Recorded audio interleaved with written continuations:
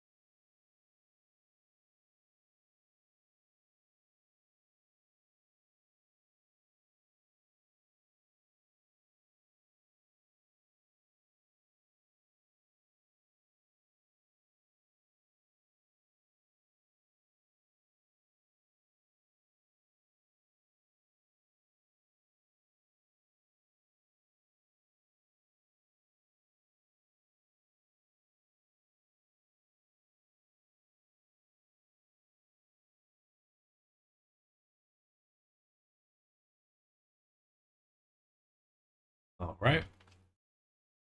So we got to wait for that to load 2 more times. I need to figure out what's going on with my computer.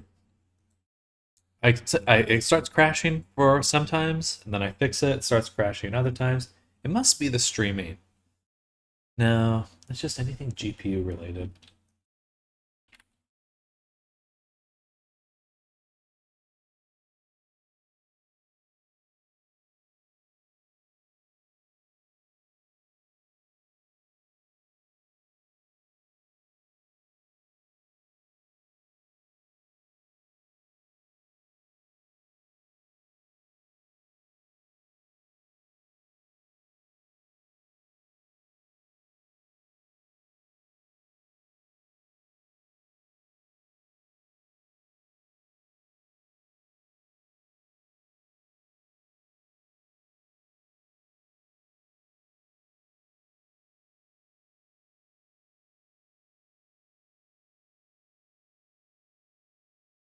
Ooh, that feels good.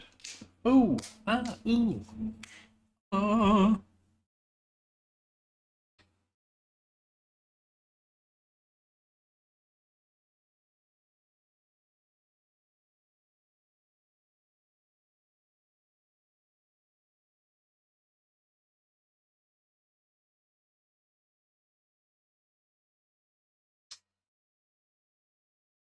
right, well, we're just chilling right now.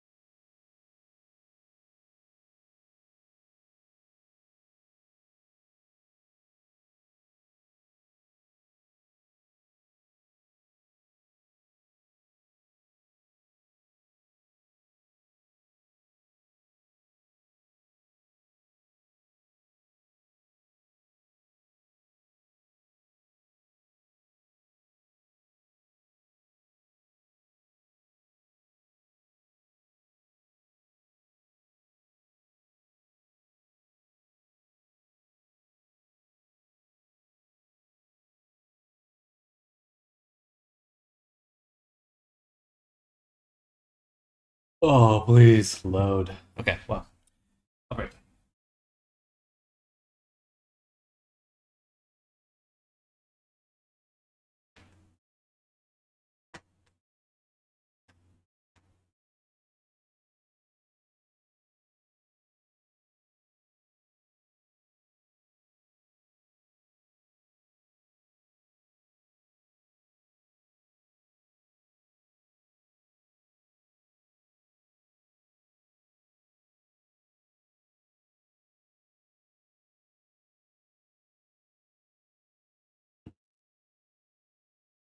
This is taking forever.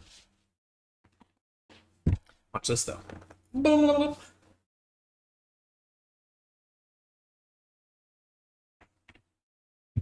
I guess we have watched something together. I have to just keep it blank.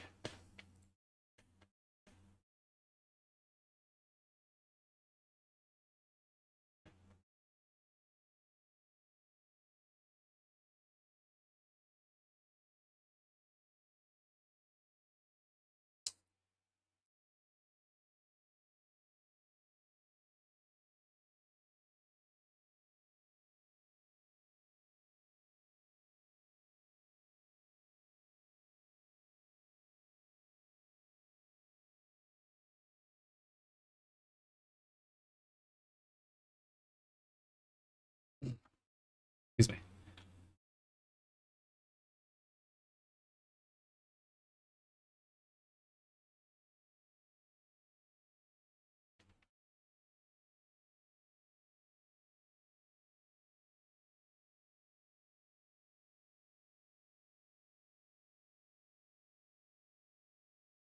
Doodling. Not doodling. Doodling. All right, there we go. So it worked. Now we apply it.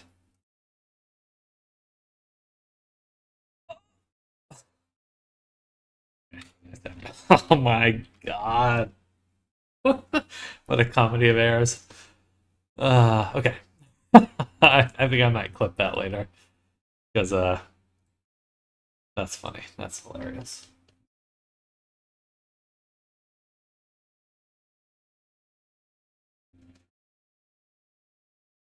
A little too intense. Sound again. Well, we can just fart around. It's been a while since I've drawn, so.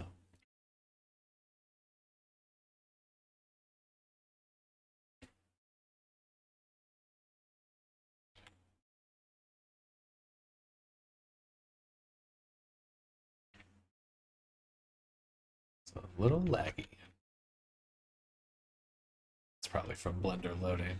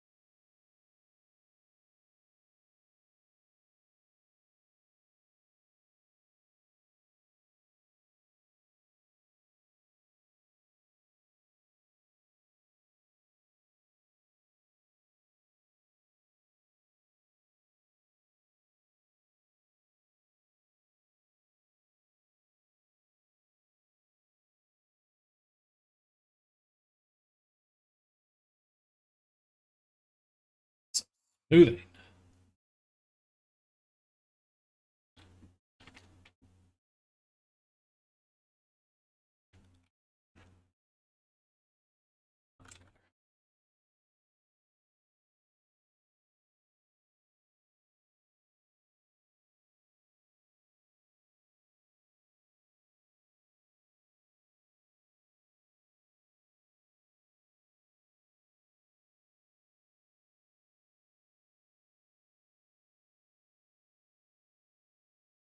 Blender done.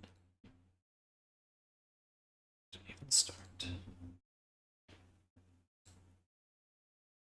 I wonder if they have one of my favorite tools.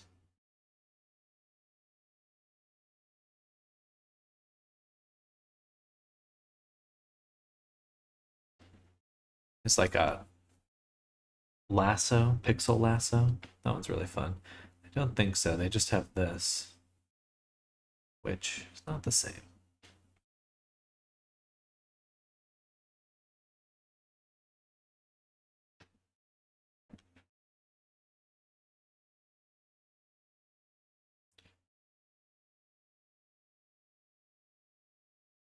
Smudge.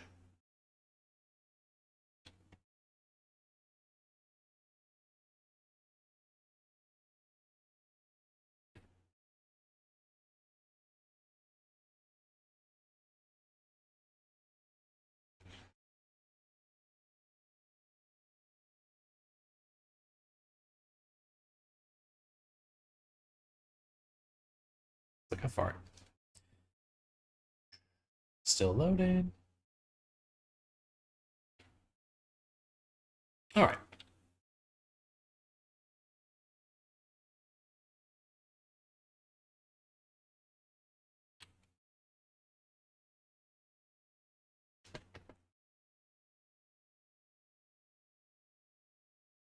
What if I can load custom brushes? I must be able to.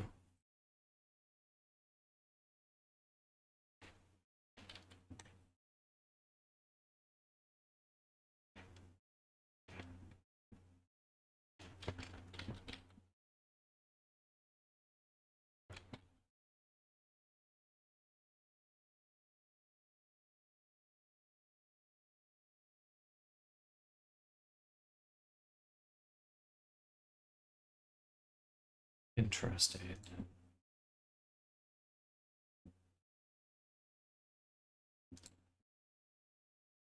There's no direction options.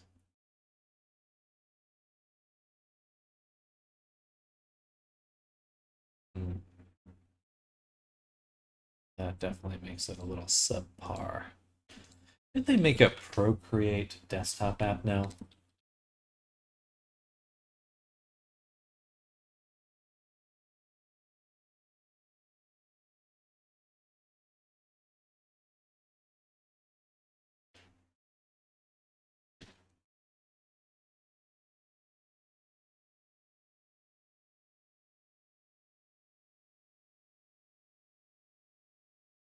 Oh, whatever.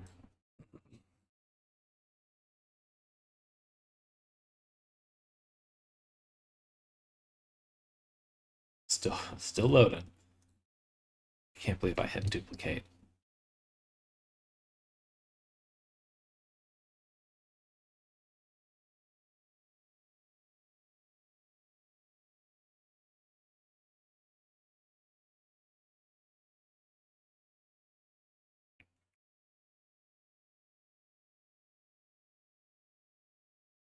Size, minimum angle jitter, control. Ah, there we go. That's what I'm looking for. It's gonna be so surprised they didn't have something like that.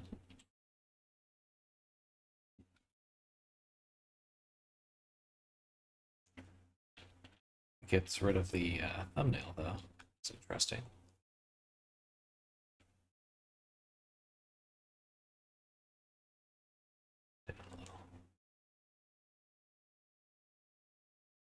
Hmm.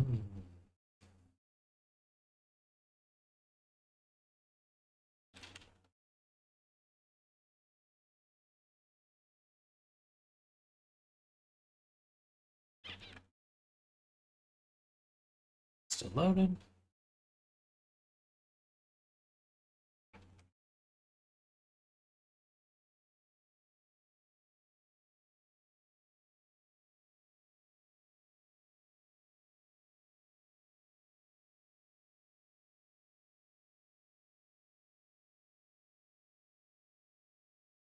Try a different brush. Still loading.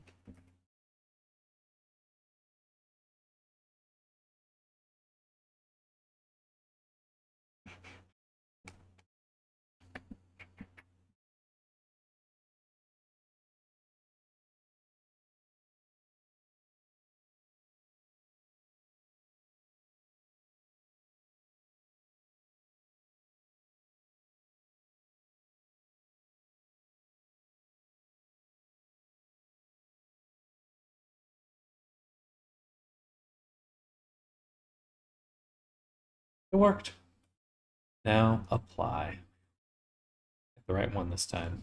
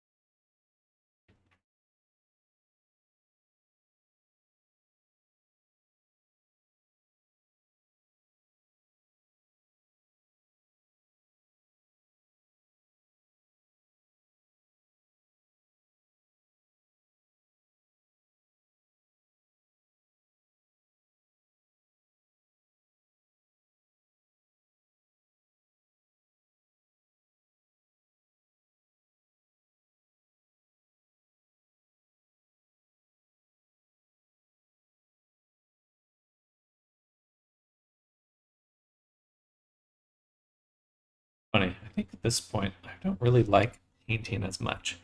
Drawing's really where my heart's at.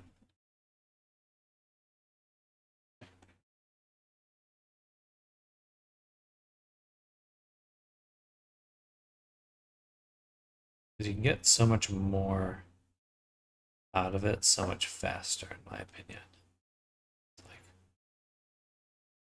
Like, man, it's a small tablet.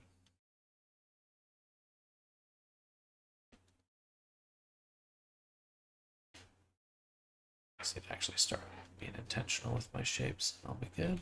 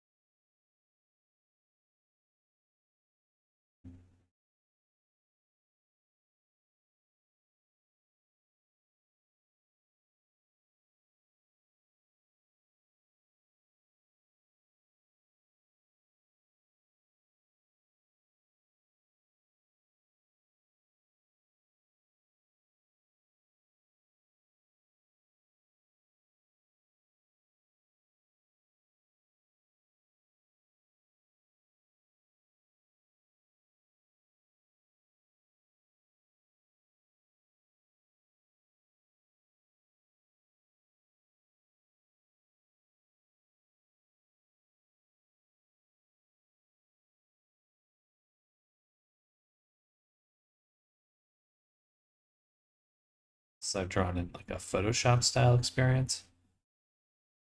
I remember all my hotkeys.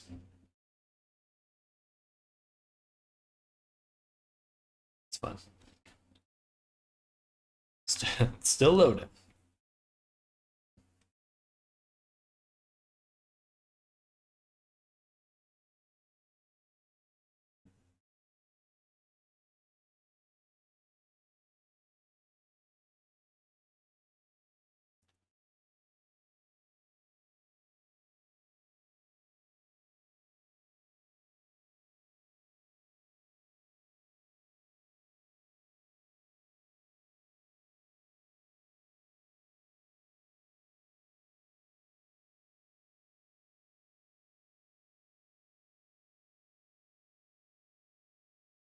Almost reminds me more of sculpting than anything else.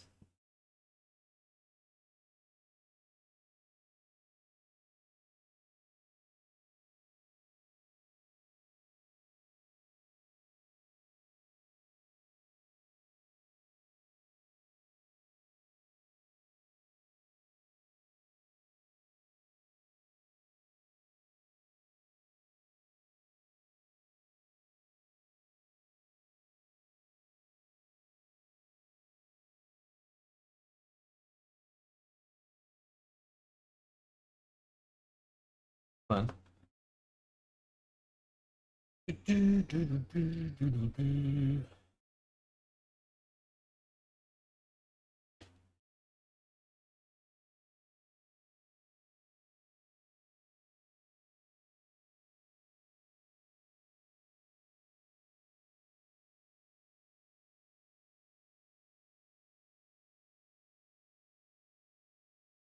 Cool. Still loading.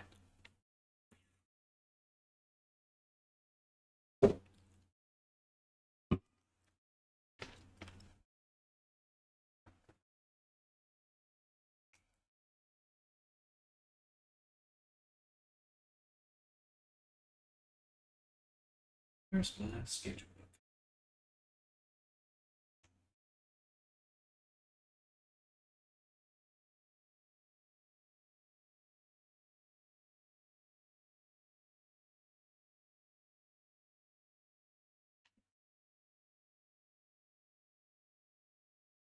Yep. Designed games in VR chat specifically to hang out, like hangout games.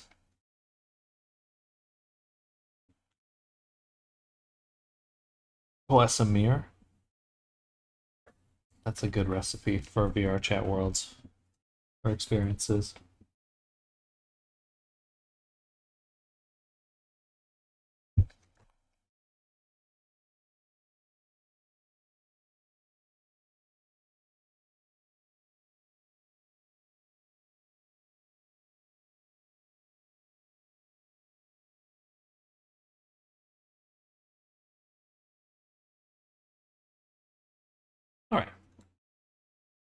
Yay. Okay, that took like a billion years. Oh, we finally made it. Let me save my little sketchbook there. Okay, so now that we've done that, we have pretty darn good placement for the eyes. Whoa. Something's wrong with the texture there, but you can see the eye placement looks really good. We can refine that a little bit more, but overall, it is on the money. Okay.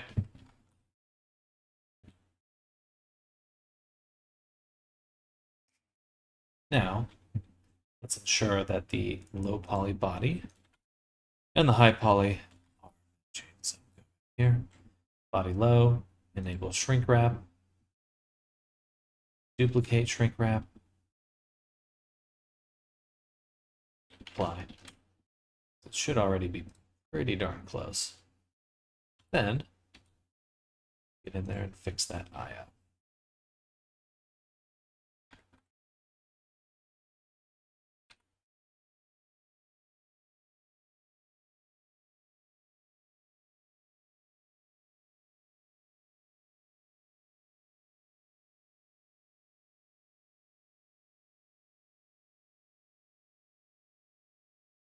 All right, it's 8:59, so 9 o'clock. When do I want to be done with this? I have a student I'm tutoring today, which will be fun. Some people took me up on my tutoring offer, which I'm pretty stoked about.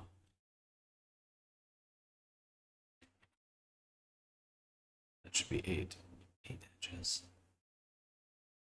It's only 16 edges, so it's not 8. This is 8. So this to here is 8. I guess so. Space.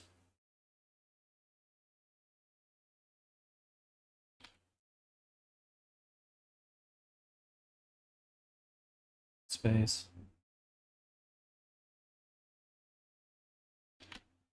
Did I move it?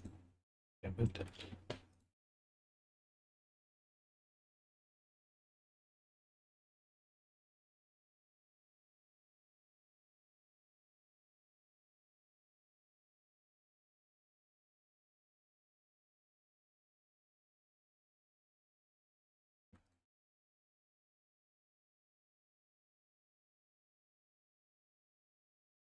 All right, good stuff.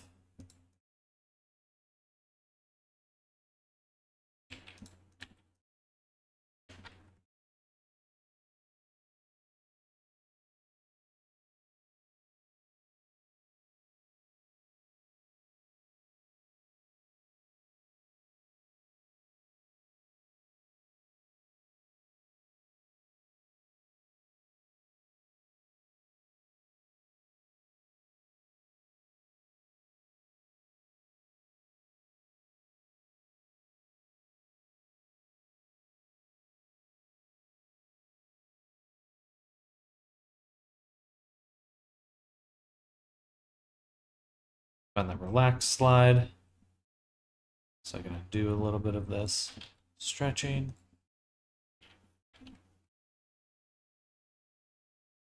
This right here. A lot of it's kind of like offset.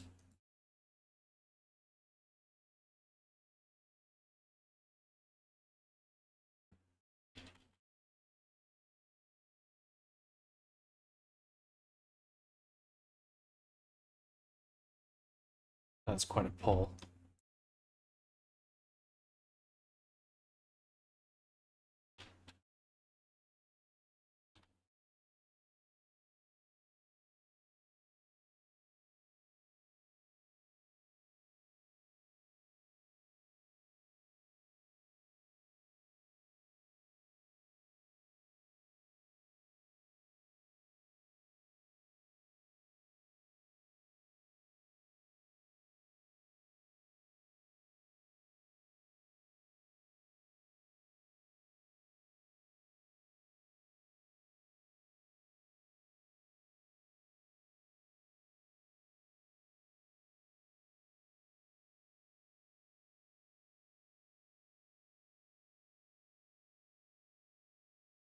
This is messy.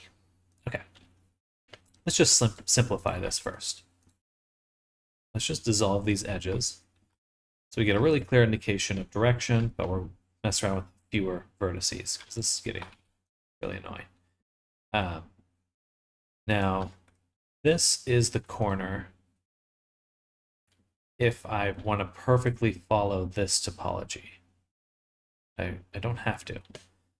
Could move things over, which I do think we'll have to do, because that is just too stretched right there. In fact, I'm going to move them over too. Should basically put this one here, I believe. So from here to here is 7 edges, so that makes this 8. Beautiful space. And now this makes this one 8 as well. No, 7. Okay, I have 16 edges here. Right from here. There we go. Okay. Push them up. I just want some even spacing along the eye.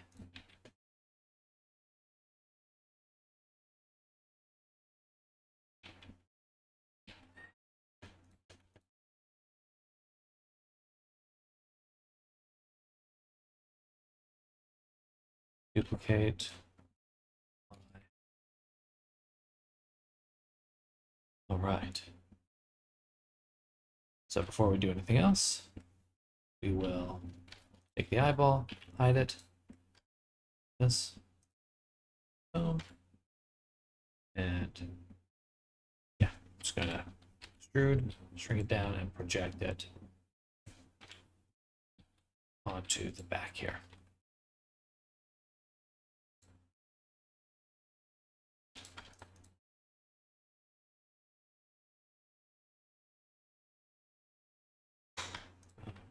Boom. We'll do a grid fill, projecting it back.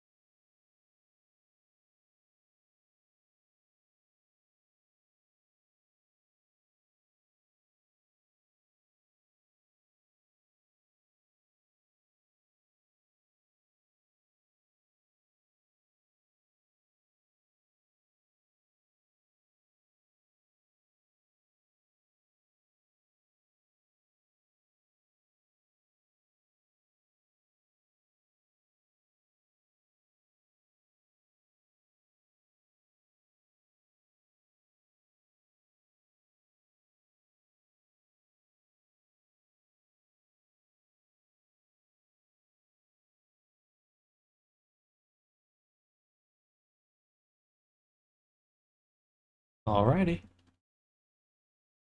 Nice little eye. That's on the low poly that we're looking at now. Got some nice resolution. I think I do kind of want to cut this open here. Like,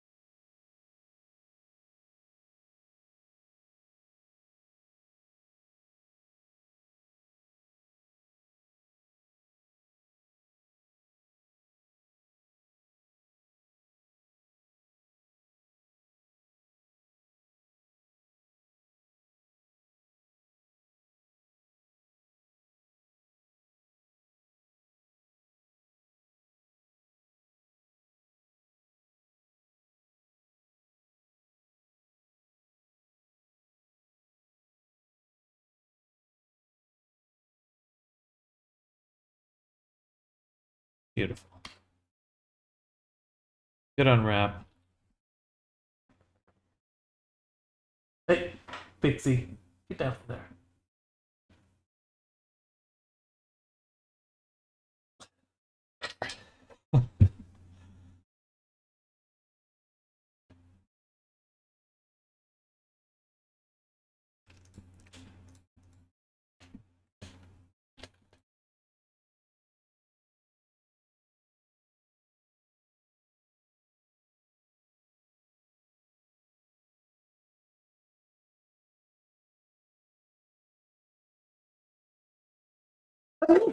Oh, woo! Good God.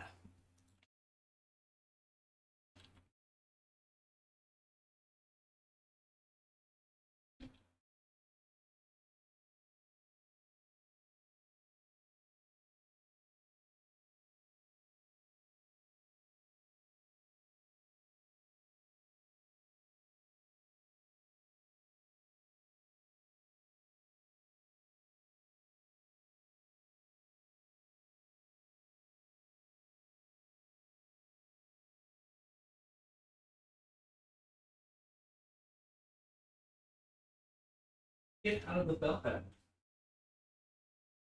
Don't get out of there.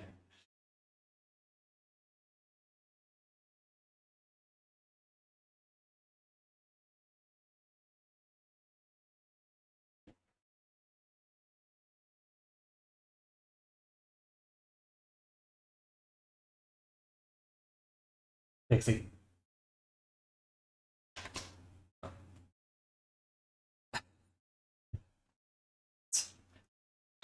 Gosh dang cats. Cute though. I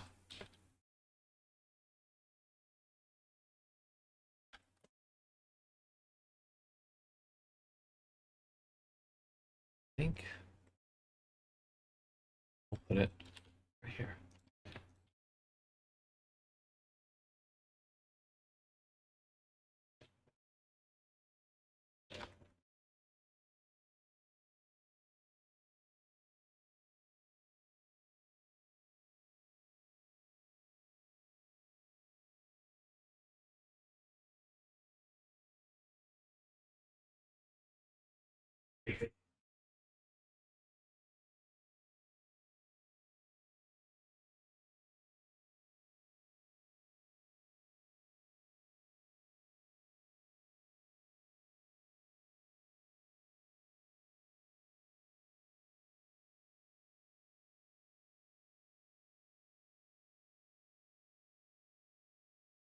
messing with me. Little punks. Okay. So the body, the eyes, the nose are all in place. Got the ears.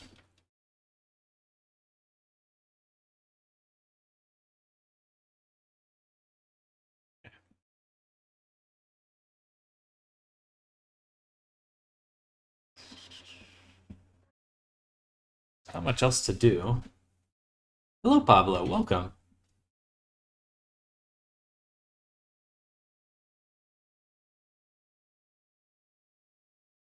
How goes it? Oh, excuse me.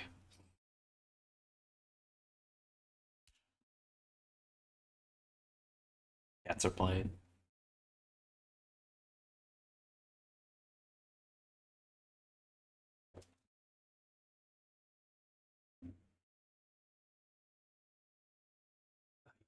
I can't pull the webcam out far enough.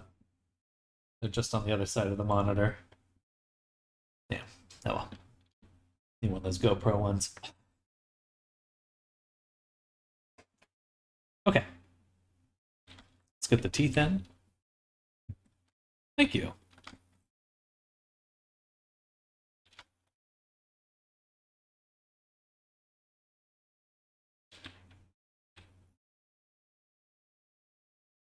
Made a Pokemon and inspired bat. Yeah. That's exciting.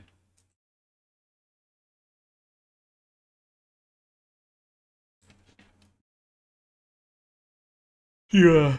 You send me some pictures?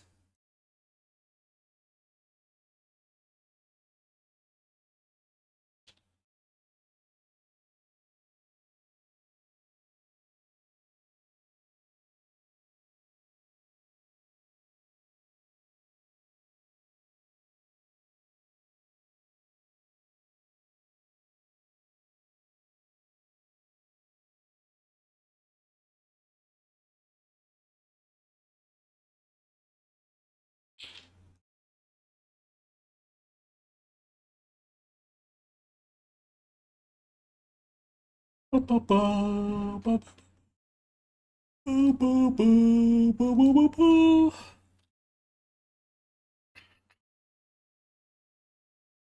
we're going to take the mouth selection. Wait, the other model.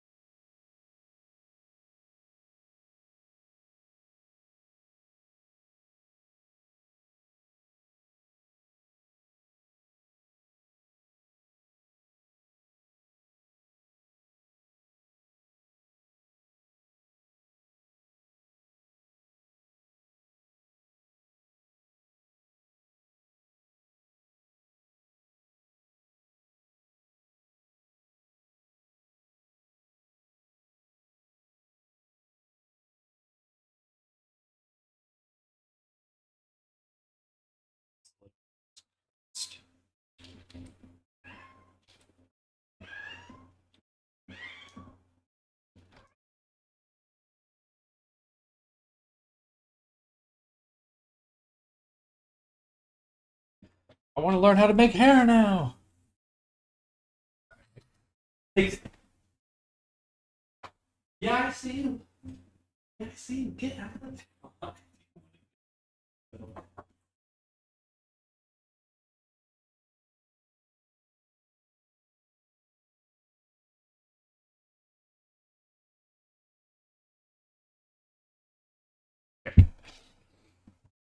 So for hair, hair is all about texture. Unless you're making like a more Pokemon style hair where they're like big solid shapes. Um, but if you're looking to make realistic looking hair, you just want to use like simple planes with a hair texture. That's the most straightforward way to do it.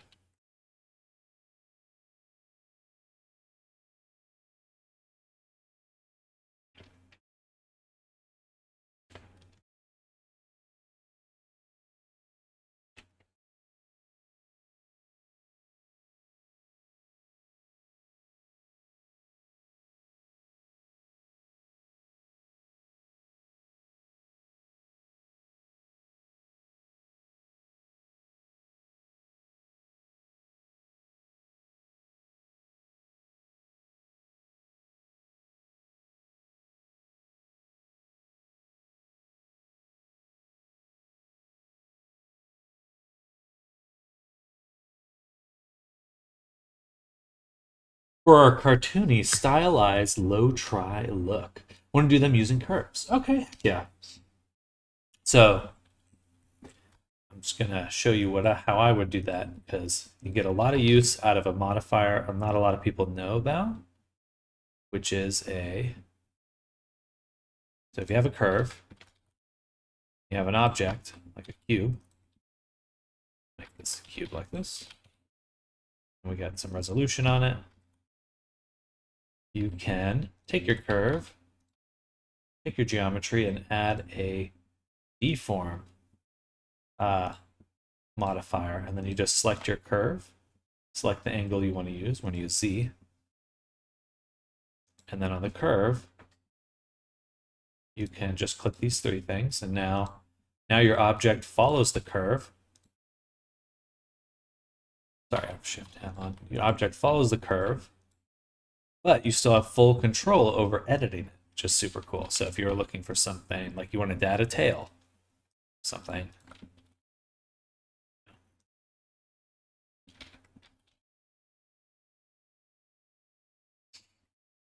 And you can also add modifiers in the stack, like beforehand. Shade smooth.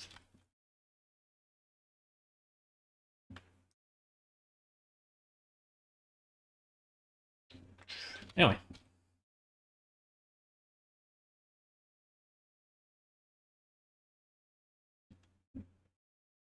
Even cones. All that jazz. So that's, and then you can use, well, no, you can't. Yeah, but you can make a whole custom object and then just feed it onto a curve, and just super simple. Because curves can give you some basic geometry, but you don't have the ability to edit things or move them around. So it's kind of a nice middle ground.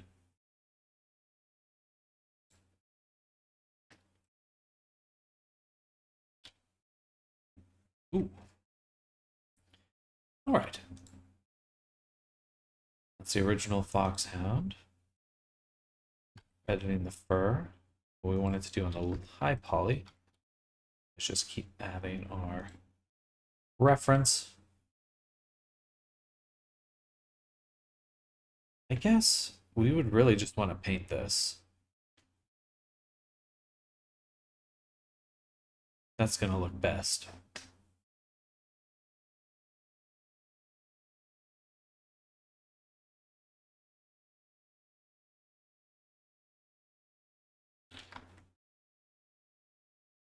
Yeah. All right, so we'll get rid of the eyebrows actually, and the old ears.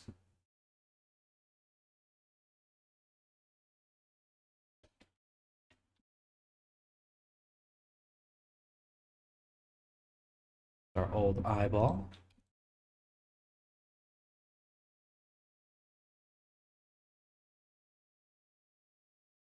Uh-oh. Why so many collections?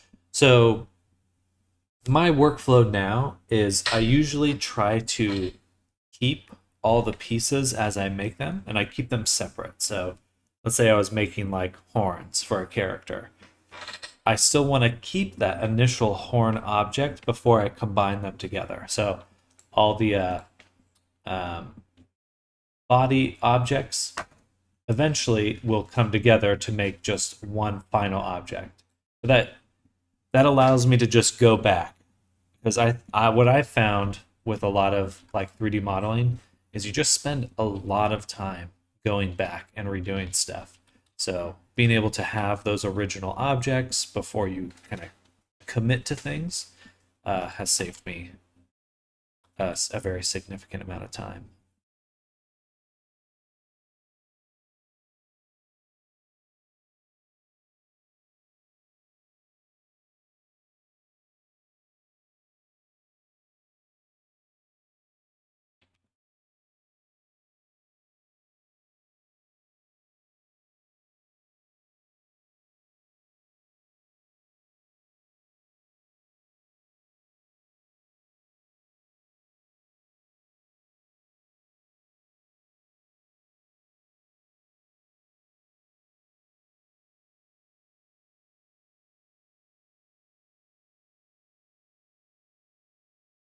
Exactly, exactly. And I'm actually developing an add-on precisely for working this way. Hopefully, I'll have it done at some point.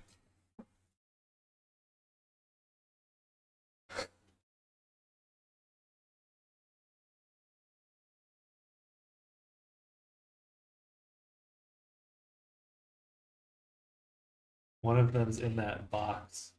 One of them's in the box, and then one of them's attacking the box. This one is the orange one.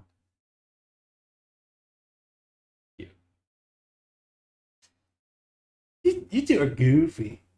You two are goofy.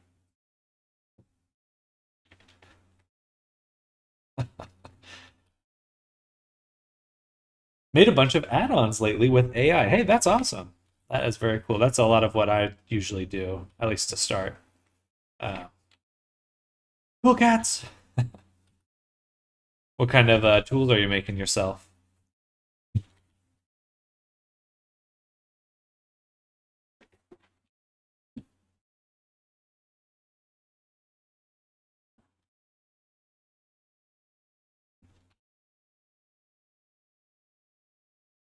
We'll do sharp. I'll prevent the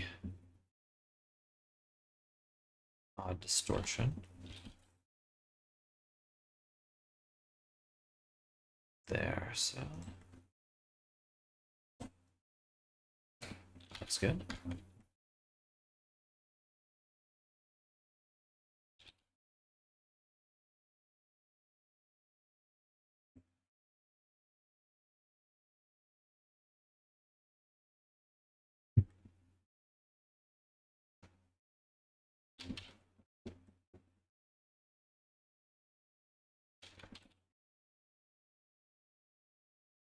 Renaming tool, capping tool, and parenting tool. Interesting.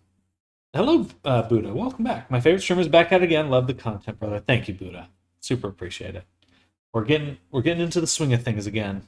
Slowly, um, it's cool. People are responding well online. I posted some shorts recently and they got well received. I was excited. We're back on the grind.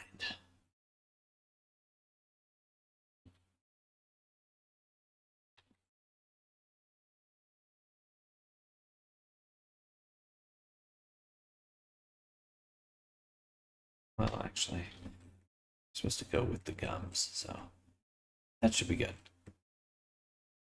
Excuse me.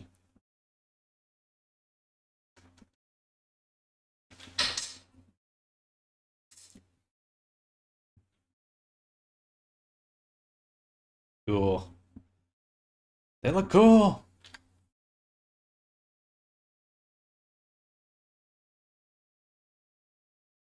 But yeah, also, someone, Pablo, you asked about collections. You can reference things in geometry nodes. You can reference collections quite easily.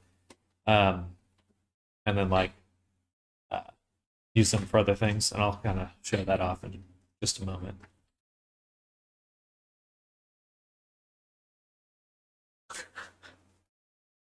Man, my cats are so cute. What the heck? What the heck? My mouse is really slow, though.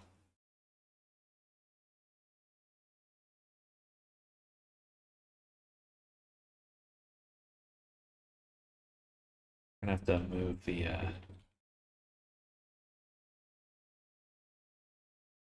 stuff. All right, send these to low poly.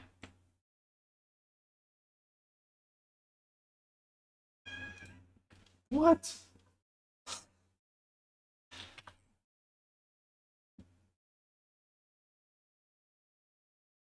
Oh, interesting. Just remove the animation on those.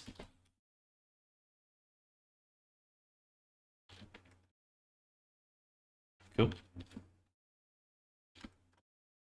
And we'll make some collections. We'll say teeth upper.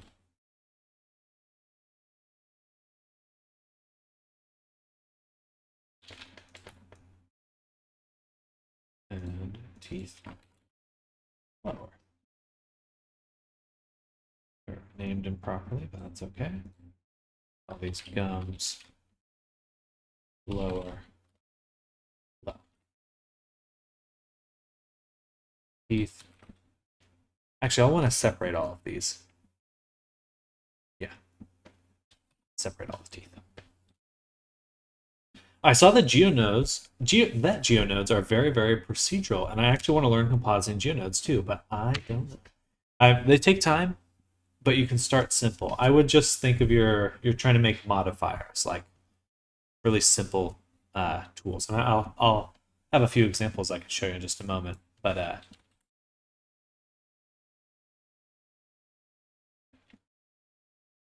think they're the most useful when they're treated as more like modifiers than anything else.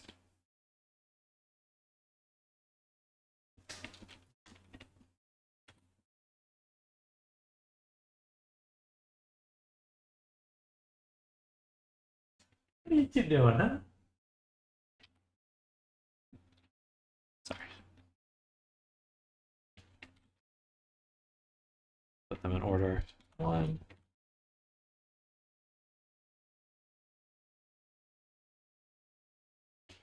2. You guessed it. 3.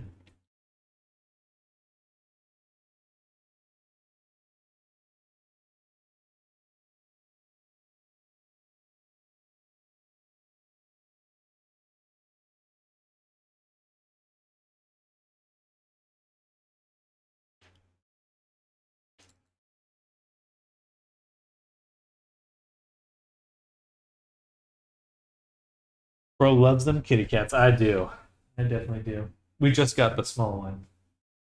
We've had a Pixie for a while, but she started getting kind of lonely, so we decided to get another. And, it's working out well. I do prefer cats over dogs. I love dogs, but they're just higher maintenance in some ways.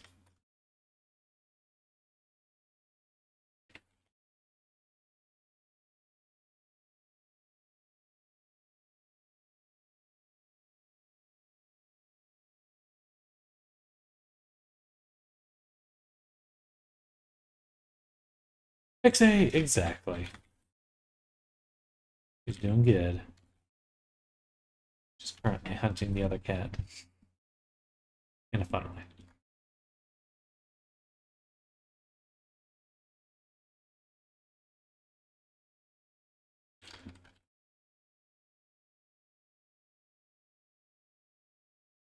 Oh, teeth lower done. We'll do teeth upper.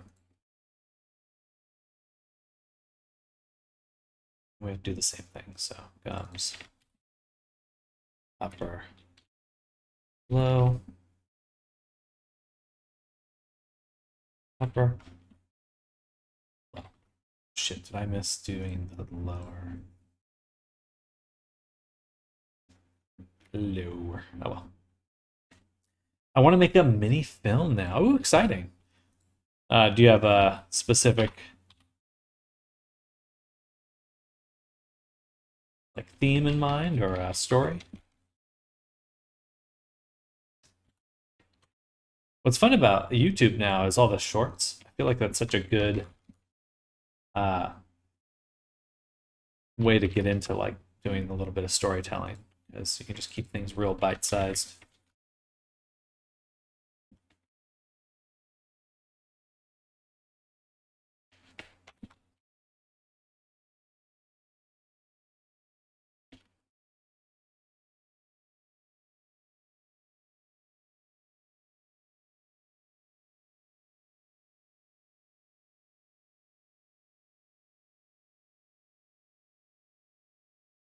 I don't think he's there. Oops, that should have been 6 actually.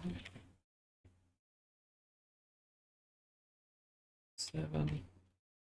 What about multiple characters I created that fight each other? Nice. With some kind of power scaling going on between them. Okay. Dragon Ball Z style.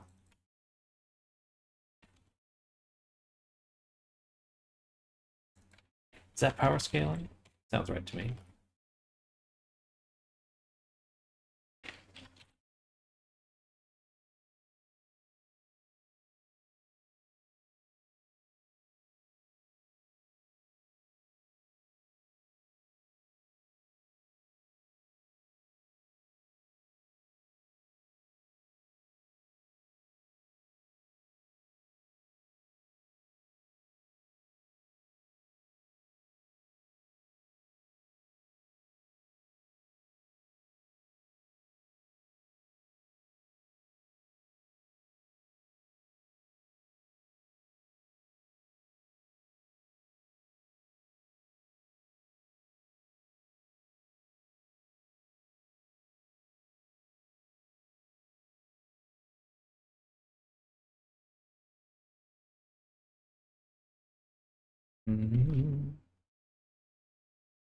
That's why I want to learn geonodes. Okay, to help with animation and stuff, or do like effects, mainly for the environment. Smart. Oh, oh.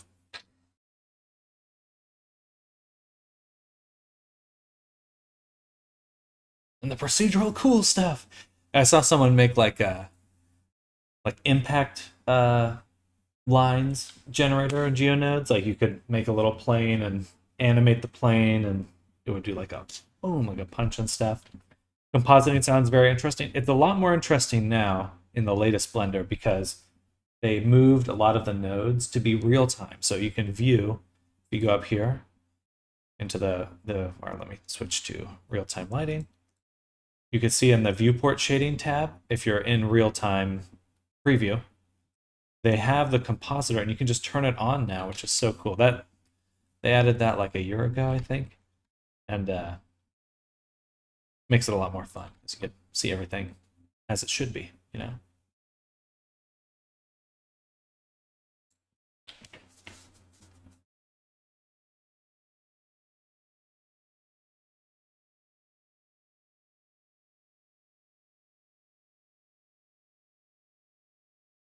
Still have to move all the claws over as well.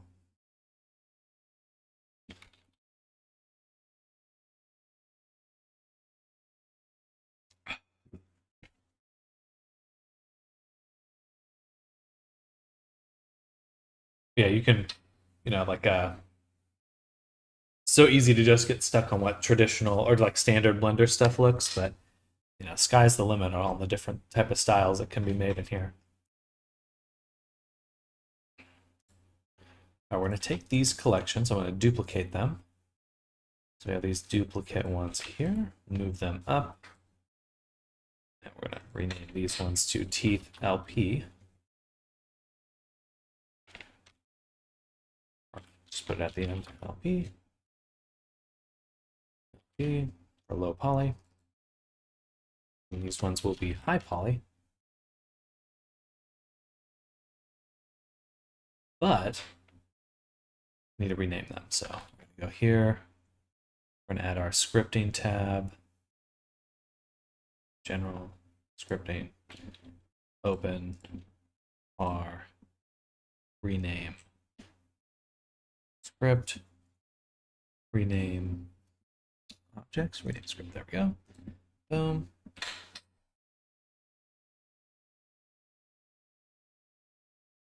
Target string high to low. We want to go the other way.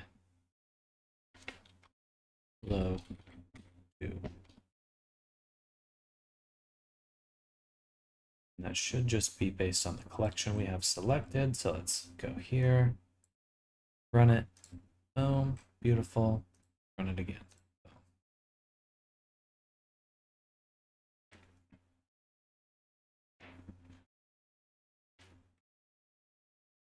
Which tab was I in?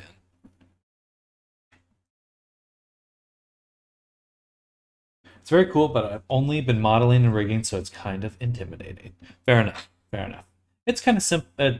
You're not like very locked in with compositing. You can always switch things around pretty easy, but definitely takes time.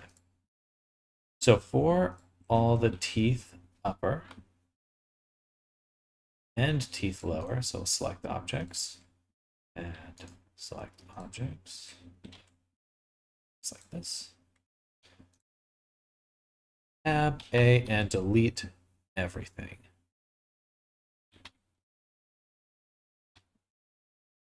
We also want to select them and remove modifiers.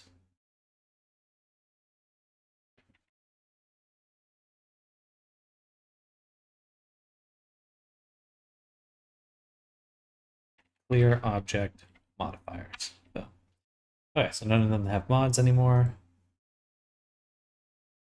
Good. And what we'll do again, not again, but we'll select them all. We're going to add a geonode, which will be join selected object to geometry. We're going to copy to selected. Boom. They'll have that mod now. And then we just look for the corresponding one. Up or low. Up or high. Sorry, low. Look for low for all of these.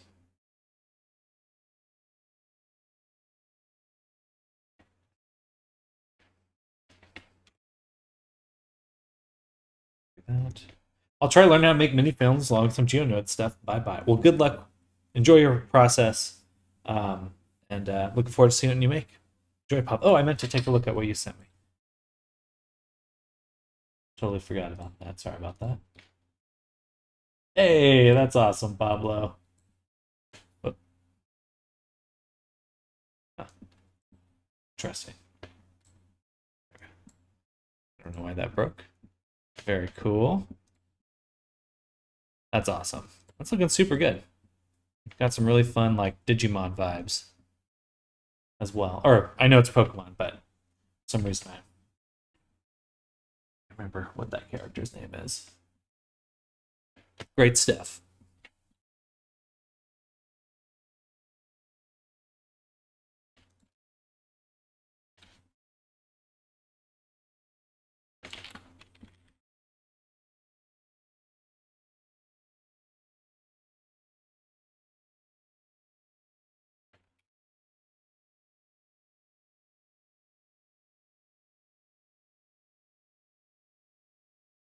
Now, the reason I'm doing a GeoNode is because you can actually sample the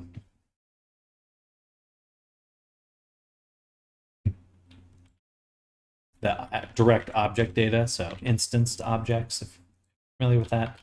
And that's useful. But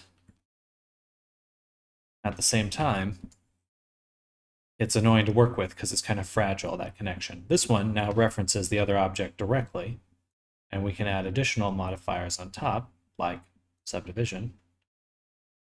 Though I think the other ones still have subdivisions too, so we might remove those second, because these are pretty dense.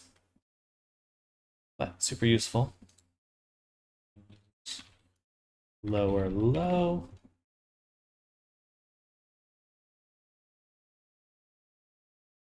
Teeth.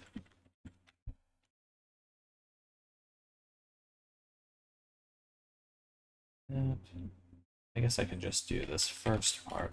Keep it real simple. Too low. 3 low. 4 low.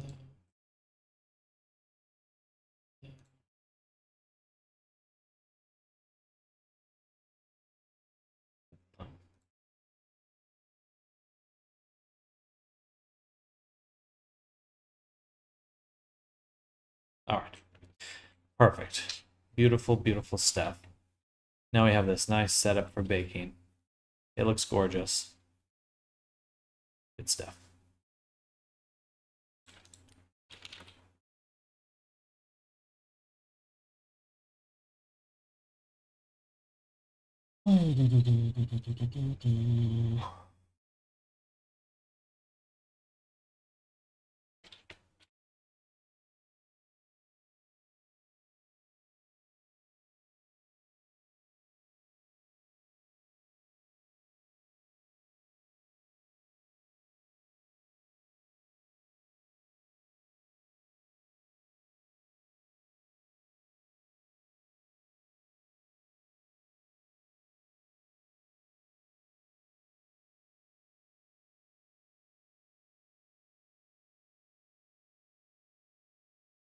How many different avatar projects are you working on? Currently, just this one.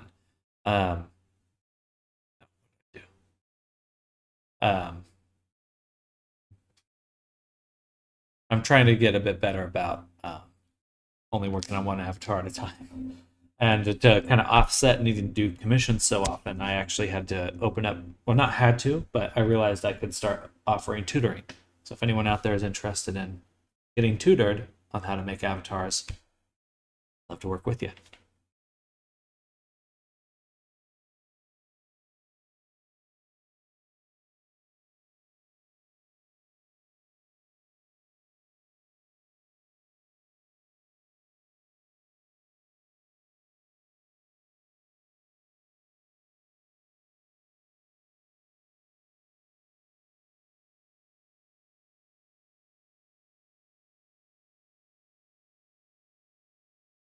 All right, sorry. Getting distracted. So, what's next? You got done with the dragon. For now, yes. Um, and I can show, I did do a little short recently showing off some of the features. Um, and then at some point today, I'll probably go do some more videos about them. So keep an eye out. I'll kind of show off. I'm gonna try to show off all the features on YouTube at some point in some video or another.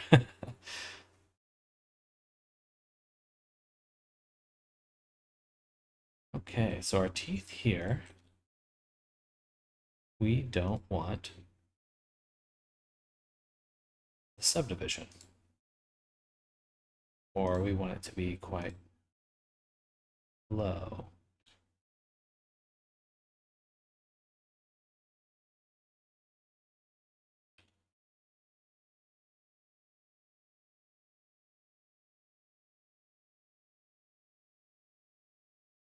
Definitely on.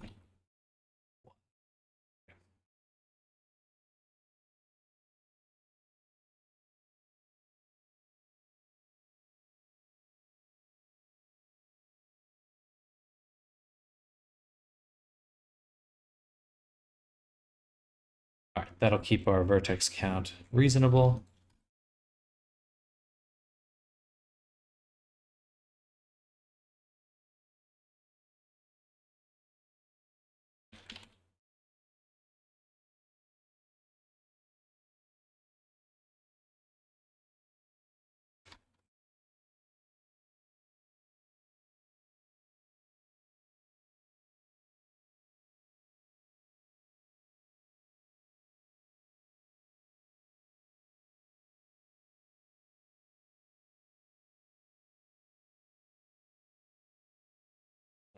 Weird, but it does work.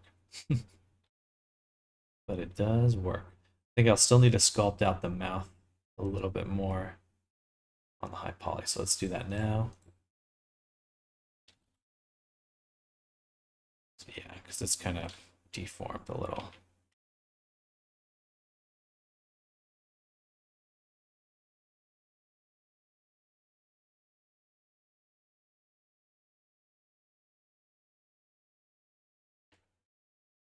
Okay, let's turn on face sets. We're gonna turn the. There's a way to drag a mask. How do I do that?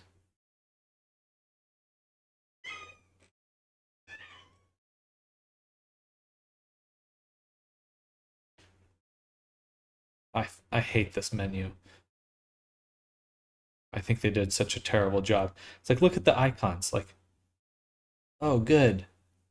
The description of the brush covers up all the other brushes.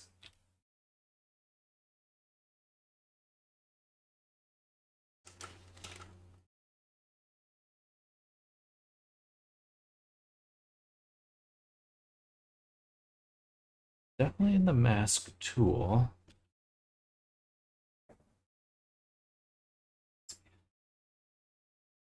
Blender mesh.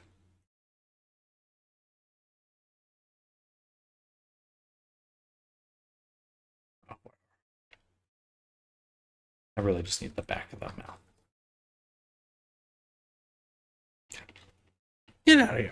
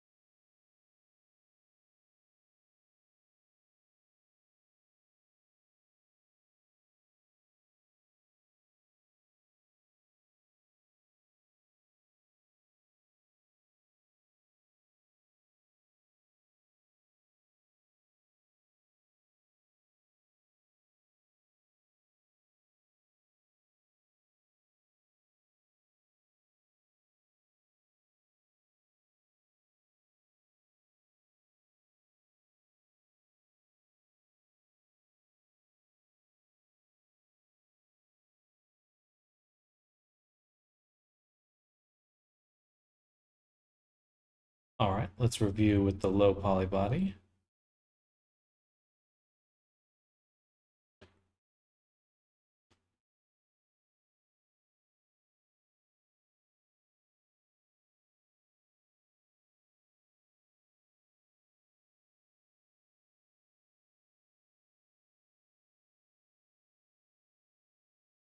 Should be pretty fixable. Let's just duplicate and apply. Switch to sculpt. Switch to relax, slide, slide, relax.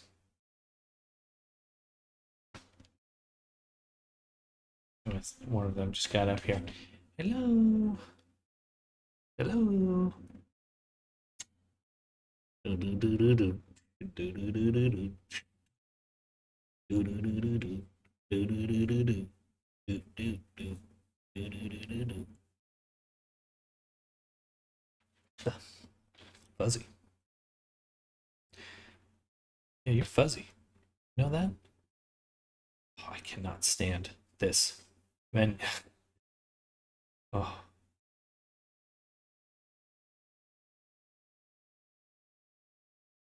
I wonder if I can. I need to look into disabling it because it's driving me nuts. It's so bad.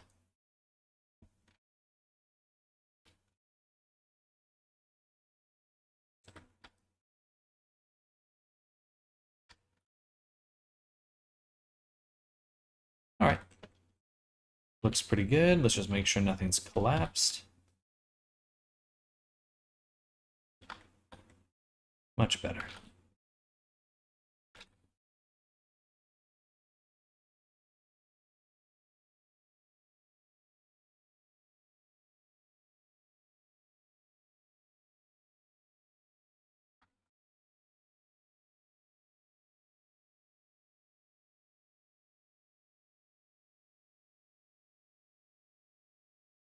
All right, I'll go to the restroom. I'll be back in just a little bit.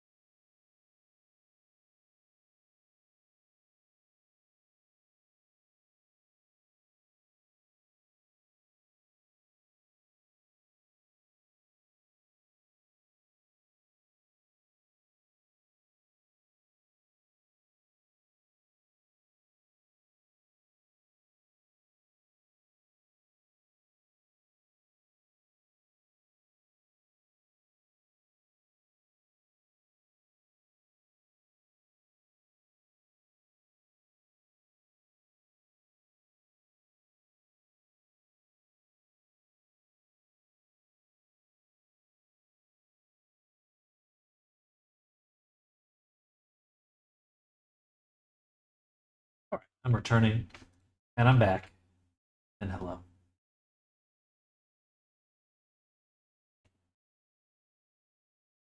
Oh, hi. I'm just a kitty cat. Just a silly Billy kitty cat. Yes, I am. I'm a silly Billy kitty cat. Yes, I am. Silly Billy kitty cat.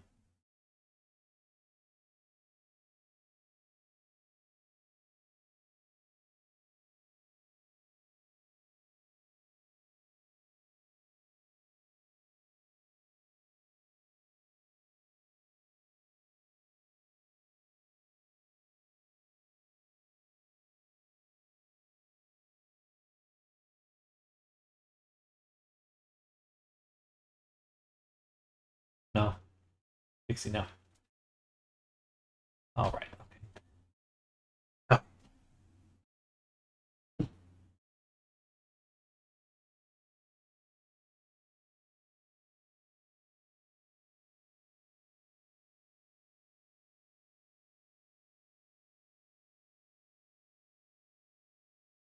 double kitty. Voltron.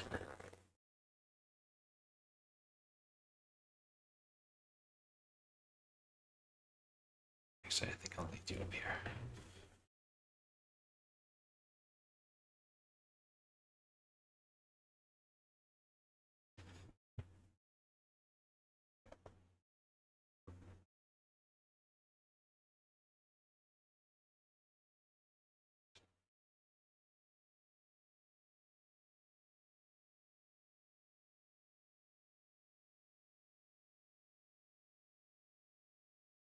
Ah, it's a little dangerous, but it's happening. Oh, my therapy's on. Ah, they're both up here.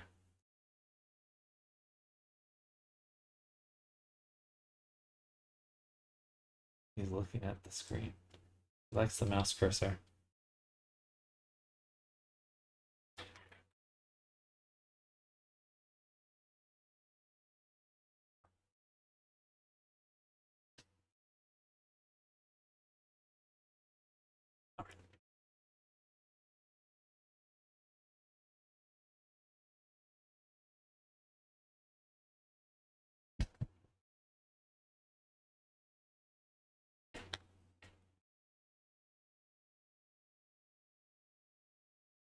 Yeah, Pixie.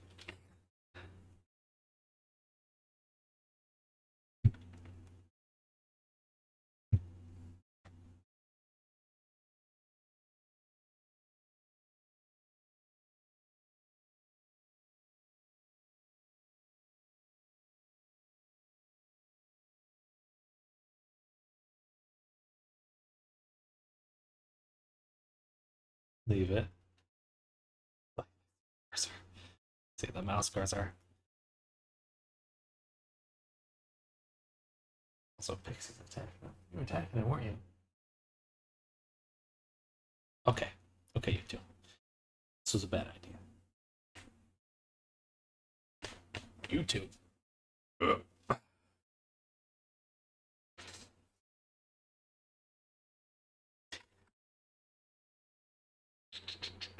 So, for the teeth,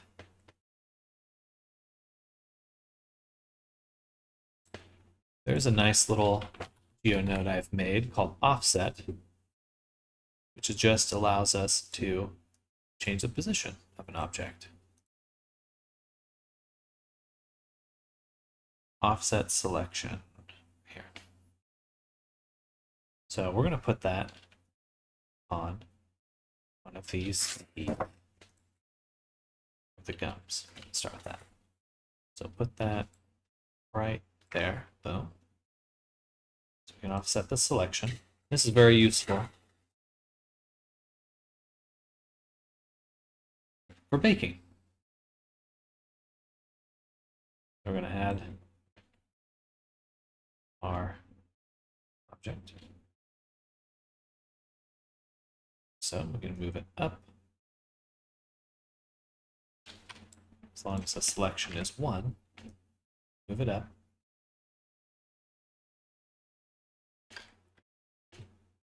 And copy to selected. Boom. So now when we bake, all of those objects are up there.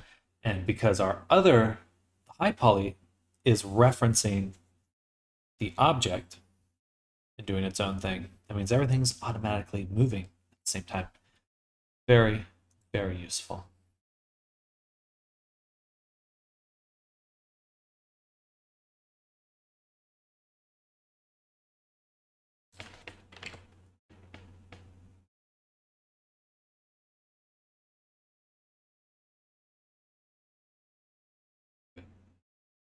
Two. I don't have to. It just feels nice. Oh. Before I do that, I'm actually going to back up. I'm going to switch this. Did it not copy the name?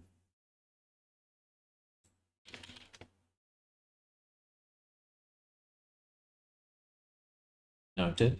Okay, maybe I saw another geometry node.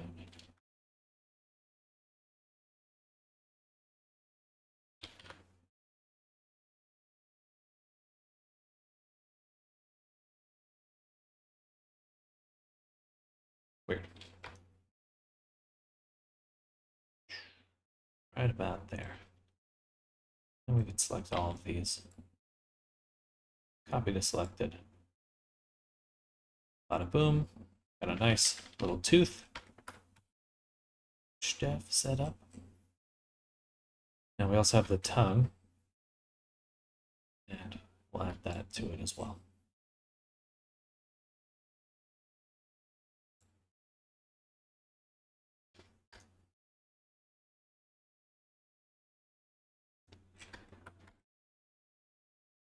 And lastly,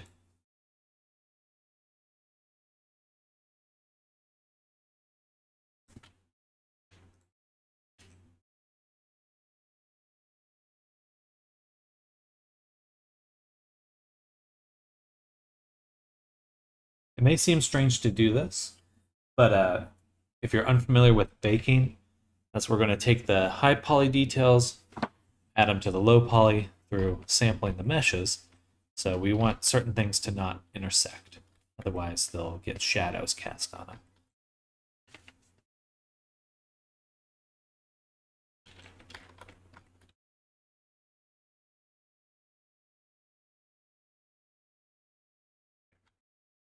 That looks good. And now, since this modifier has the same name for all of them, I can just disable them when needed.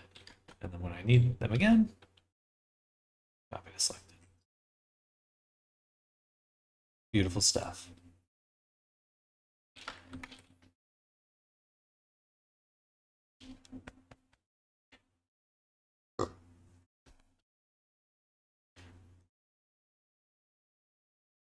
Just to confirm, in the high poly,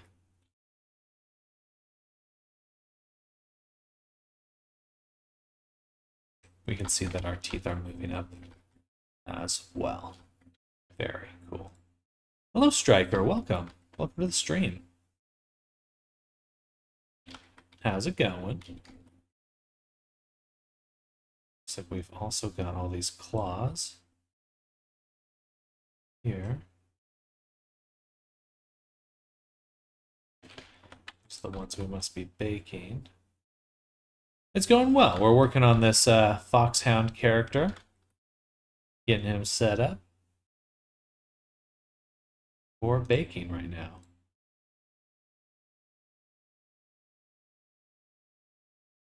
Getting him ready for textures.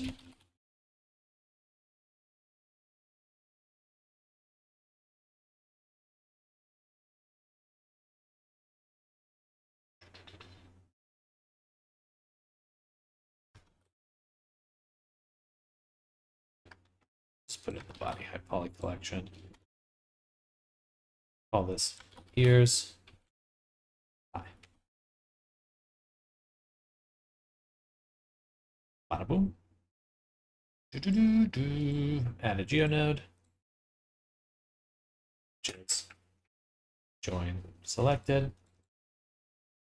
We'll have to copy that in. Just gonna say that Abby is giving off a Yin vibe, even though it's a Foxhound.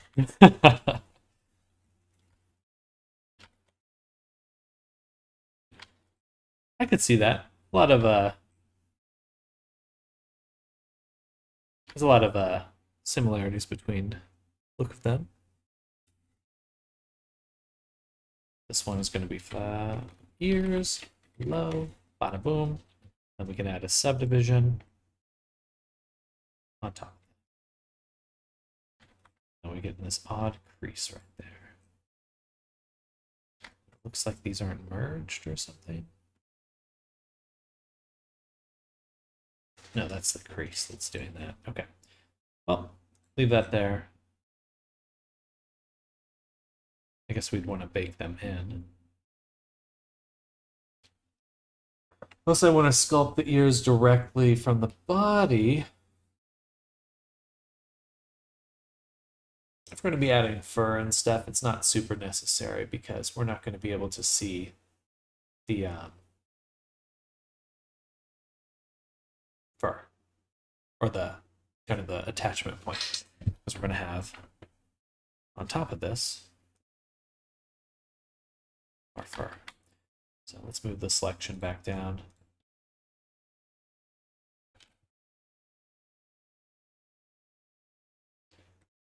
Beautiful. Okay. And then let's look at the fur, specifically this fur.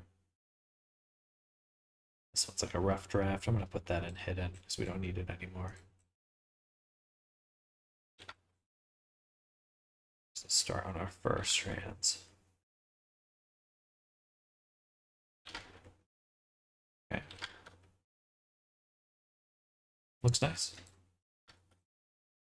Looks nice.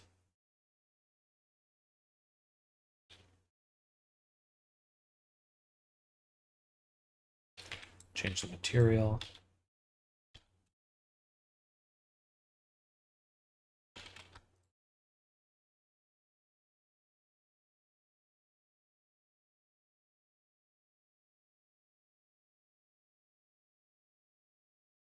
Okay. Anything else? We're offsetting. We might have to rename a few more things. The fur won't be baked because we're just going to be sampling the body texture. So we should be good to go to start setting up the Substance Painter file now. No, not quite. We're still missing in the high poly these claws and beans and stuff like that, because these are pretty much go. It's unfortunate that their location is zeroed out.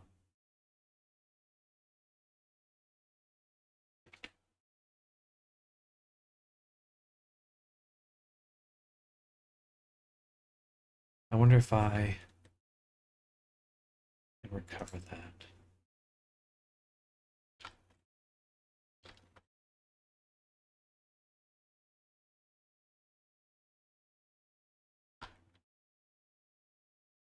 Okay, let's take the first strands. We'll put that. Keep it right where it is. Let's go ahead and open the older Foxhound files,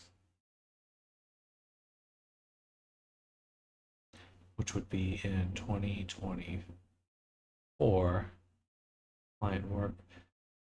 You could back it, make it look viewed by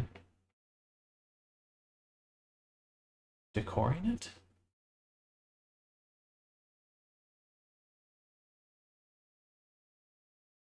Not sure what you mean by decoring. Less memory, texture, and 0. Translucent.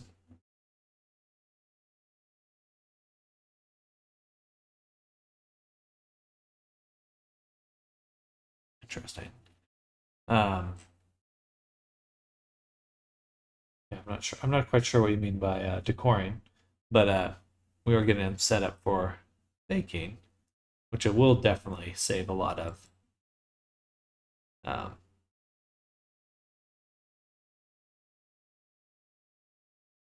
baking version, probably.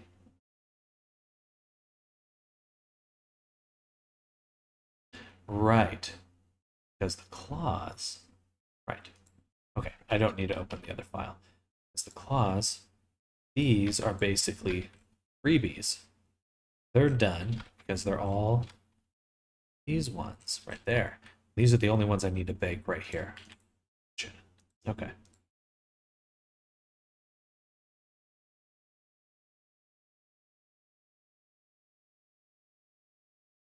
So make a new collection, which we'll call body claws.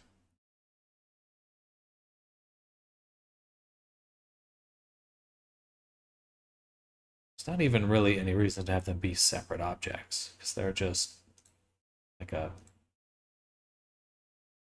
container. Decor, I'm not sure what that means.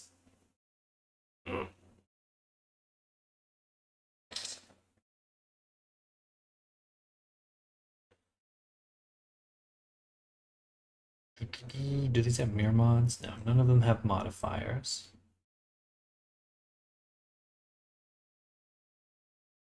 They're not instanced duplicates. But we are missing one over there. Did I miss grabbing it? No. Just an idea, sorry. No, no, totally fine. I'm just not sure what you're referring to. That's all. I don't know what that. Oh, hey. You want to see my cat? Look at my kitty cat. We just got him recently. He's a good little guy. Aren't you a good little guy? Sometimes. He's a little mischievous, too.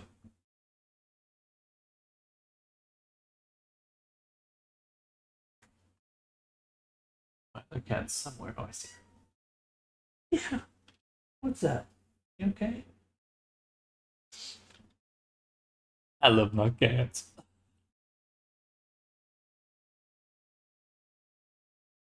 All right, I'm going to delete. I'm going to delete that side.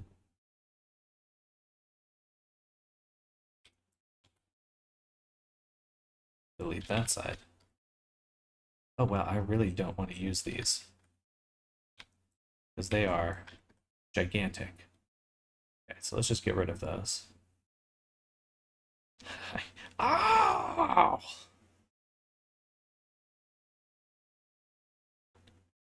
What are you doing up there, huh? What are you doing up there?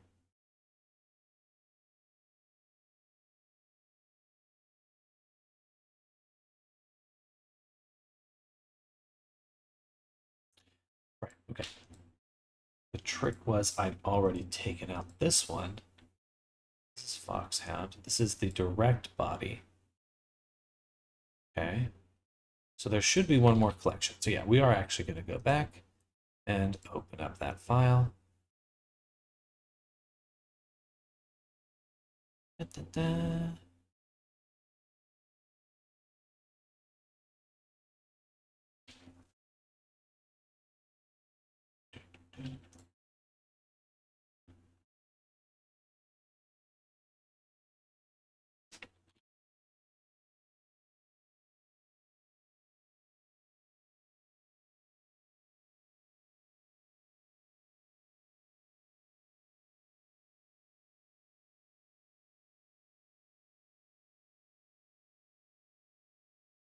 Hi.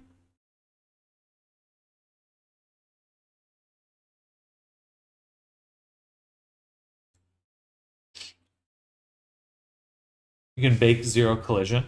Yeah, I was just talking to Arctic, another person on the stream, and they were saying how they had to redo, or they went back and added all these custom colliders to all their objects.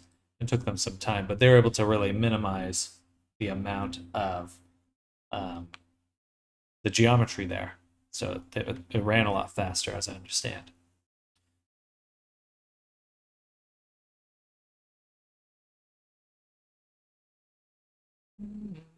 Pre-bake baking version. I want to open this one because we want to find in the low poly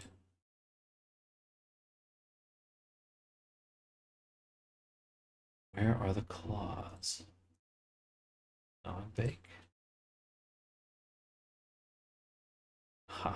Okay, these are them here.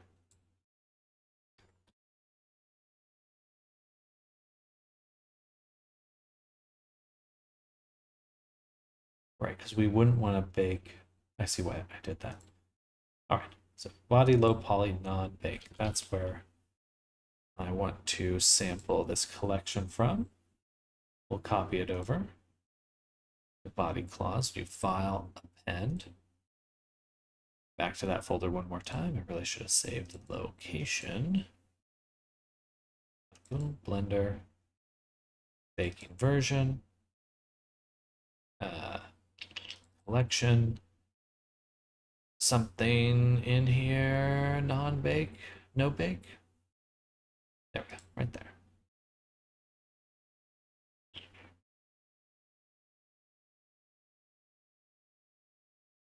Sure. There we go.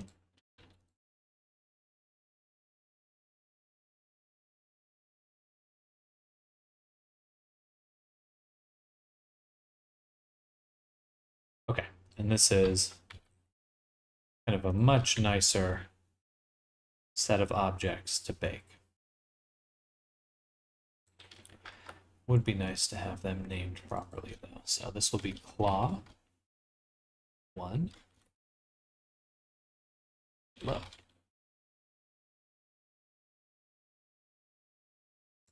Claw and 1 low. And we'll copy this. Cool thing in Blender is you can actually copy and paste names to other ones. So now just go in, boom, 2, 3, 4,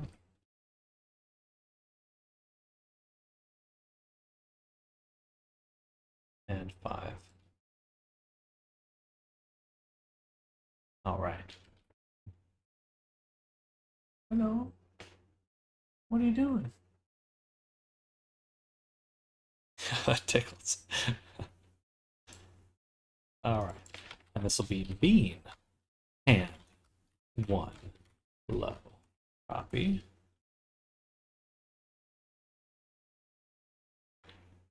And paste to selected.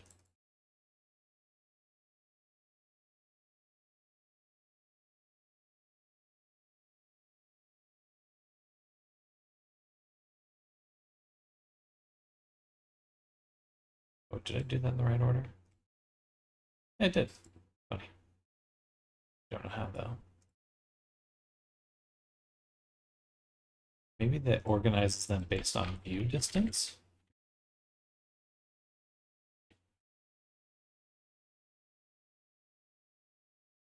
Copy this.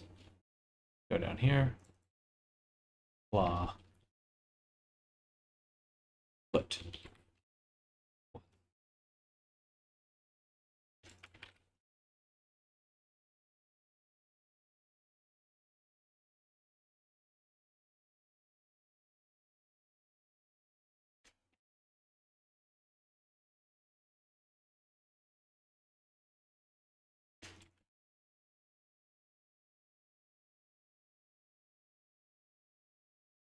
Bean. Foot. 1.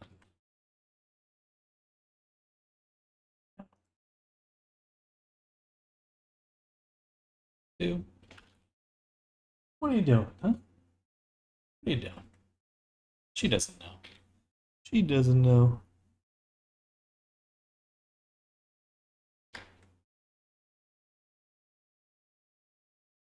he doesn't know. Whatever. I keep mixing them up.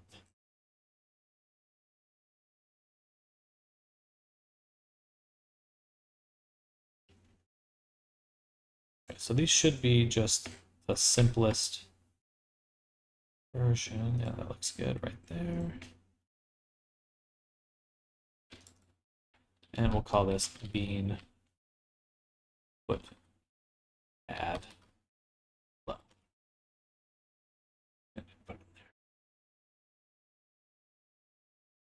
All right, that looks good. This will need to go into the body collection. Hello, Foxhound, welcome. We'll take them.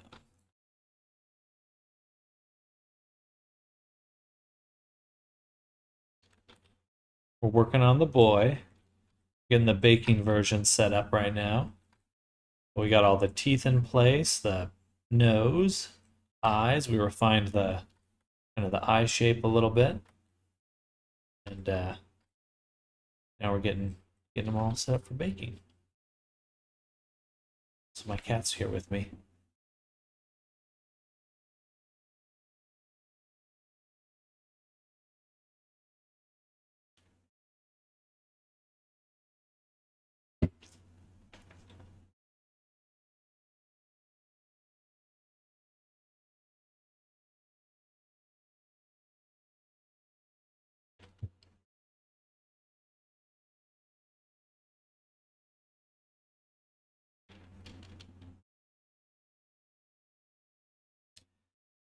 Able to shift his claws to be inside of his fingers, or can that wait until the next order I place? That would require a decent amount more work. Well, let's see. Let me see.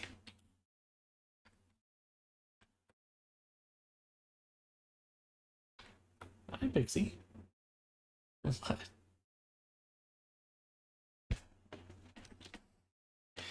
Just a little kitty cat. Go cuddle with Pixie. Go cuddle with Pixie.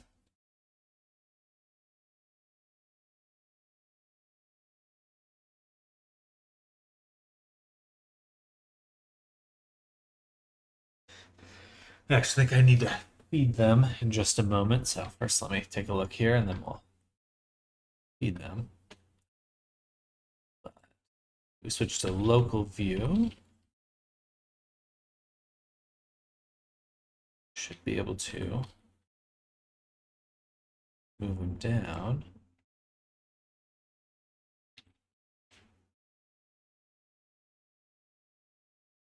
Shapes claws be inside of his fingers. Yeah, that would take a bit more work because we need to reshape the fingers, and I would say that'd have to be part of a additional commission. I believe this is that was something you'd already discussed doing later, if I remember correctly.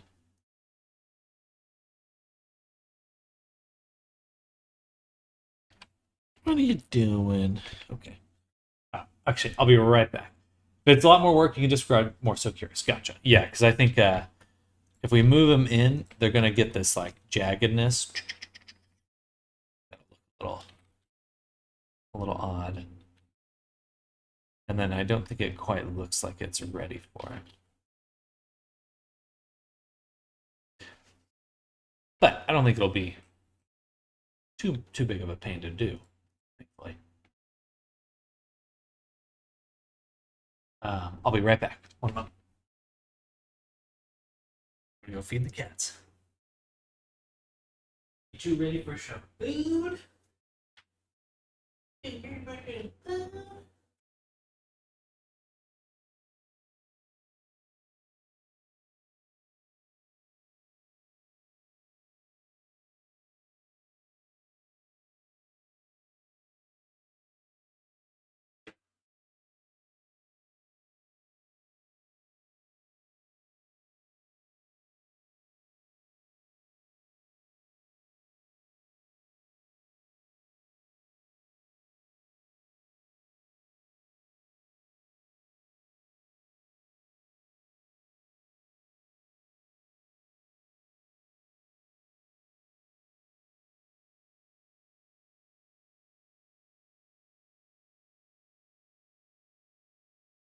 Are you too hungry or something?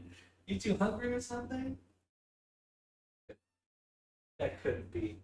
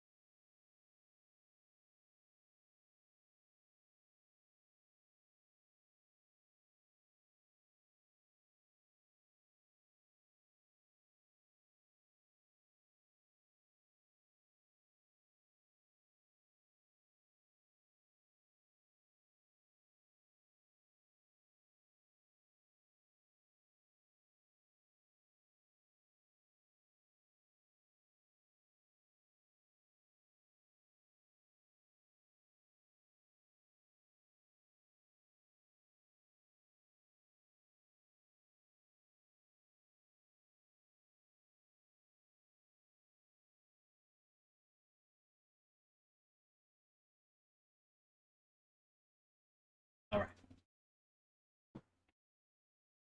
I returned. So keep an eye on them for a second.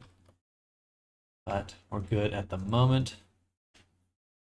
So for our body edit, got all these different pieces coming together. I think it's time we just move over the substance file as well. So we'll make 2 file explorers.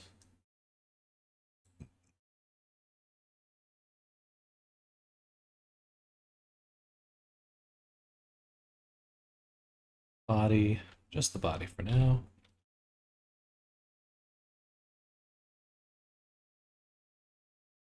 Is there a way to do tabs with this?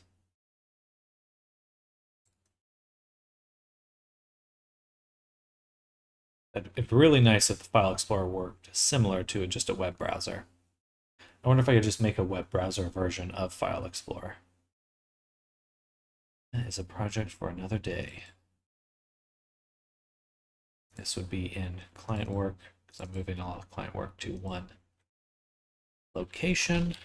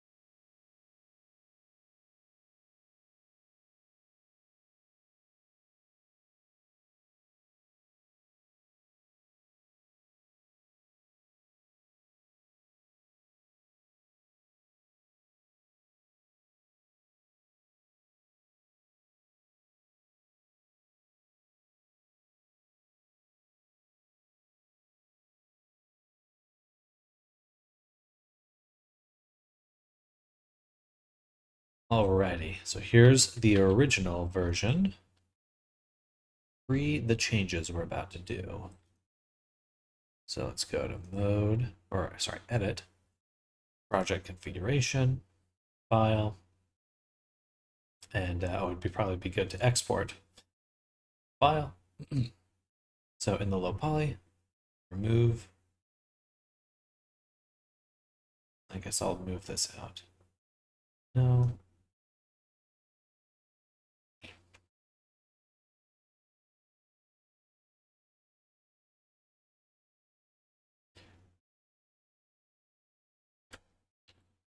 Yeah, it should just be this folder. So take this folder, exporters, we'll add an FBX exporter to the collection, extremely useful feature. Set it to be, there's a preset, collection, file path. Really wish it would stay a little closer. Boom, boom. Foxhound. Spelled the reference wrong.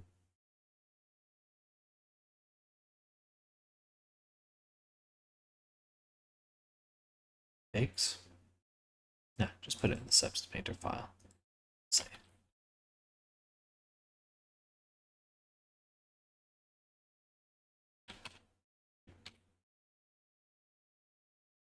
We won't make bakes. Foxhound. Body. Poly.fbx.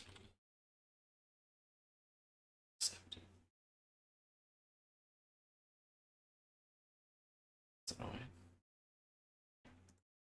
Believe that's right. Okay. Select everything. Oh, we have to make sure the parent collection's on. Actually, I don't know if that's the case anymore. Can I do just this one? Nope.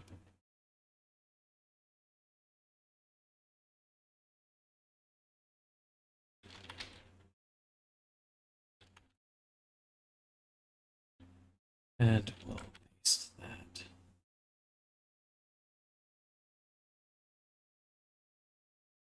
Okay.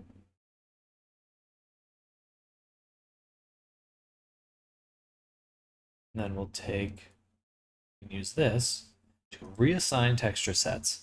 So we have Foxhound body. That's what we want to do for Foxhound.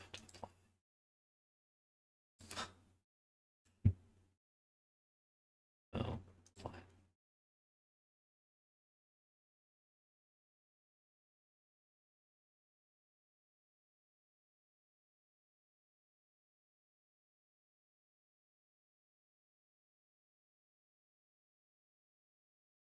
All right, so most of the body held up just fine.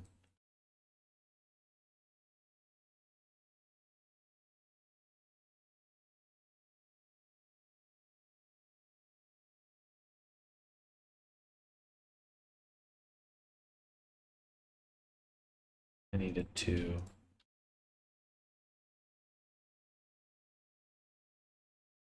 do that.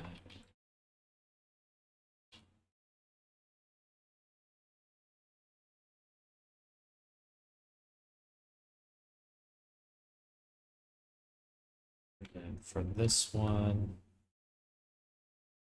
copy to selected. Should apply the solidify. Both of these actually. Subdivision. Solidify. Thicken it a little.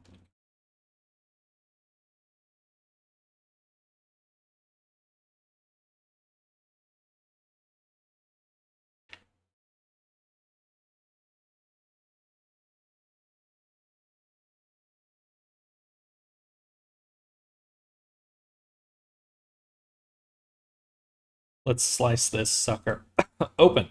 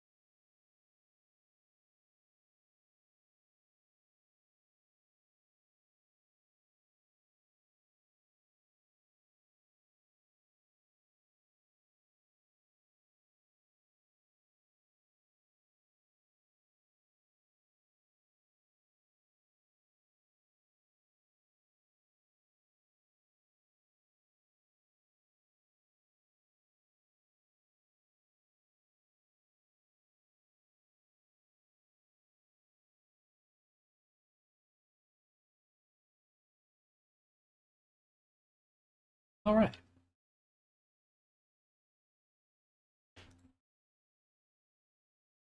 What next? Next, we've got the bake set up. We just need to make sure that's the right material.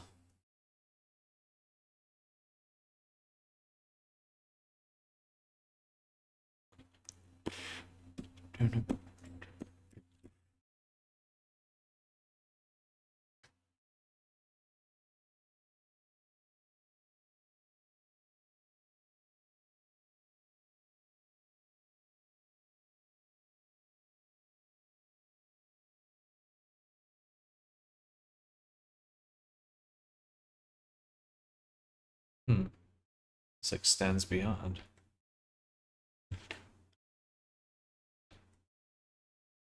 Oh, that's, I know what that is. Okay, looks like most of the positions are unused.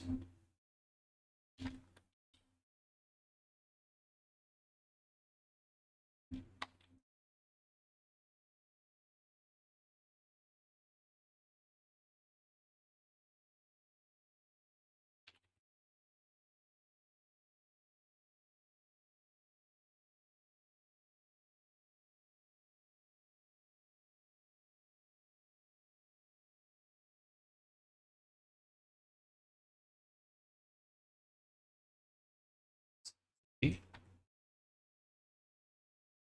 Pretty sure these are the teeth.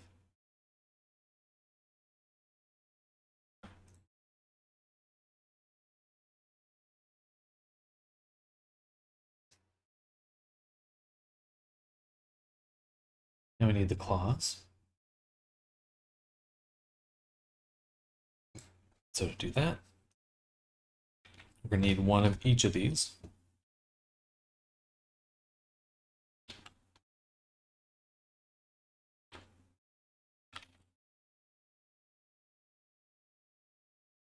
Just two versions of this, so that one.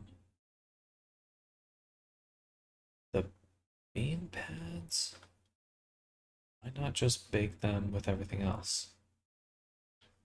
Yeah, I think I'll move these into low poly. There's no benefit keeping them separate.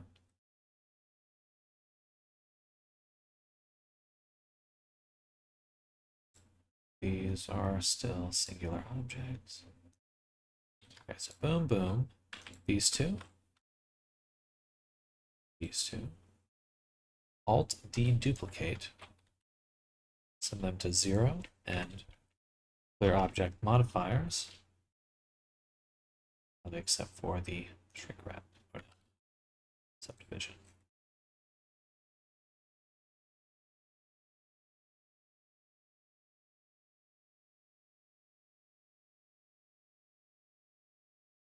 Just two. These are our standard ones.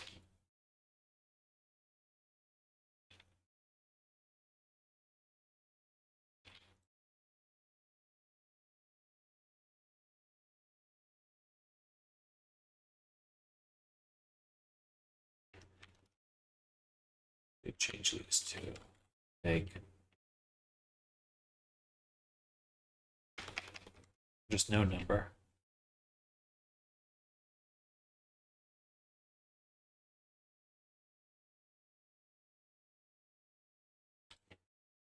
Naming is annoying, but it is essential.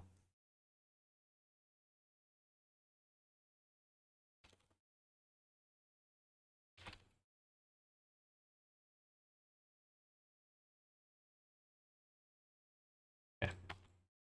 These ones go into body low poly.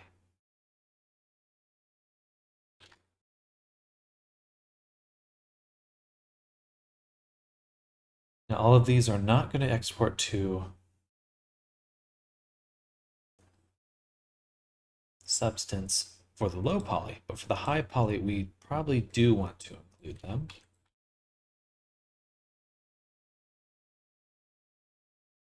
Oh, funny. It's there. That's fine.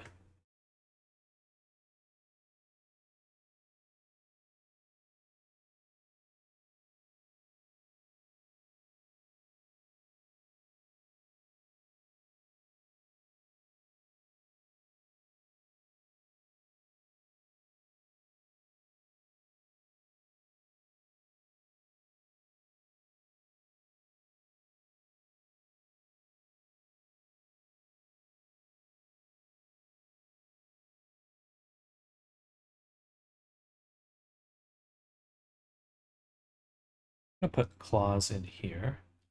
We're going to make an object for them. We're going to add our... Is the fluff challenging to work with? Right now, how I've set it up is, and I actually did a little short animation about this, or YouTube short, is we've got these little curves. So what I can do is make little tufts. The actual texture is all placeholder. But basically we can get some pretty fine-grained control over how things blend, orientation of the fluff. We can duplicate it, mirror it.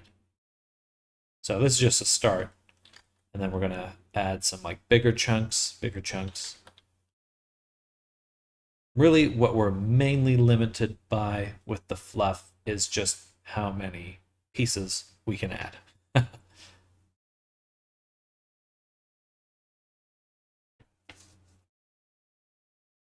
Excuse me.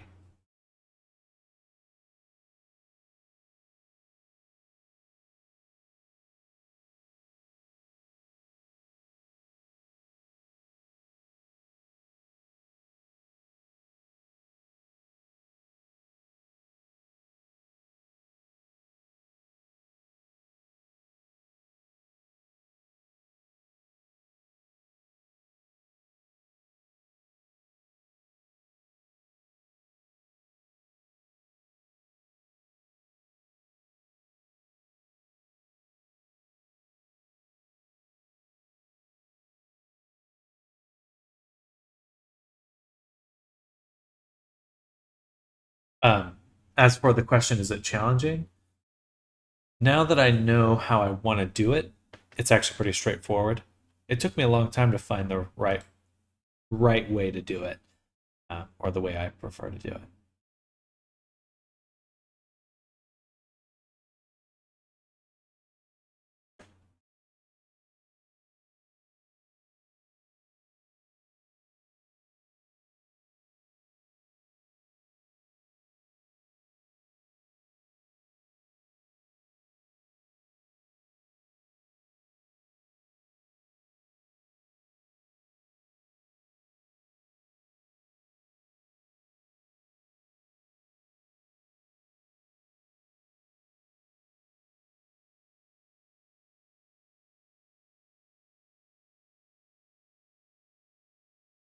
Set browser, I mean, object. Huh.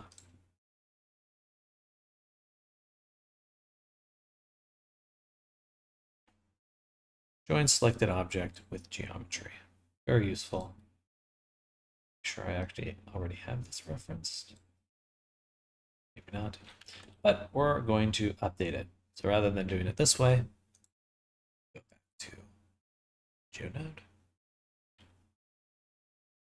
We're going to find our join object.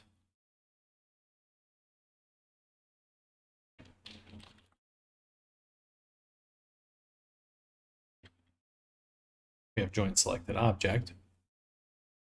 We have join selected collection. It'd be nice to do both, to be honest. So, well, if I already have it and I don't need to do any additional work right now, then I won't. Join collection. Boom. And we'll sample the non-bake. Bada boom.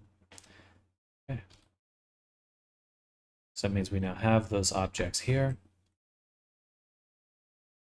and we'll be able to include them in the high poly baking. Super useful. We're going to save.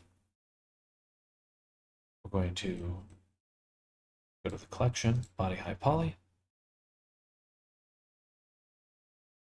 include our FBX exporter for substance.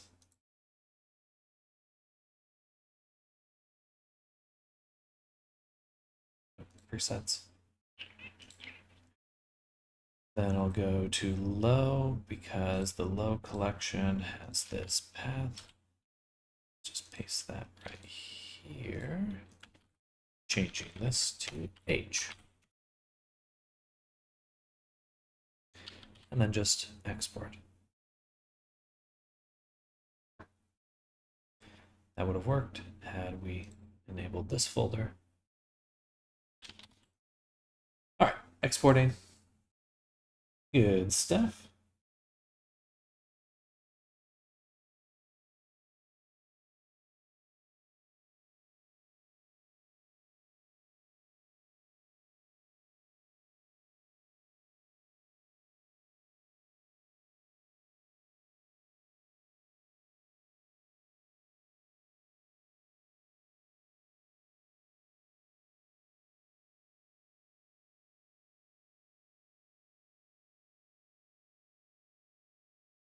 Okay, exported. Back here, mode, bake. Remove this, open up.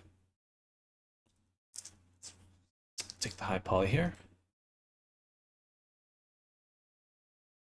We also don't need a cage because we're going to match by mesh name. That's my new secret weapon when it comes to baking. Matching by mesh name. It's so good. So good. It's extremely, extremely useful. And we're just missing this one. We don't actually need a corresponding one there, but we do need one for the teeth low and the tongue low. Teeth, tongue. Okay, we'll return to painting mode. Quick save. Actually, just stay in the high poly because I know exactly how I want to make the tongue high poly. We'll do that. Rename it. Tongue. High. And then add in the geonode to join selected object. Guess what? B low. Haha. And then we'll just add a subdivision. Boom. And voila.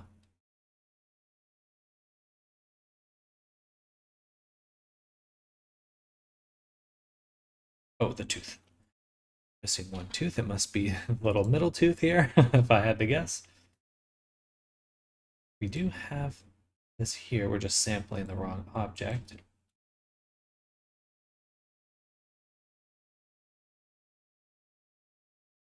You know, I kind of expected all the teeth for the high poly to have subdivisions enabled.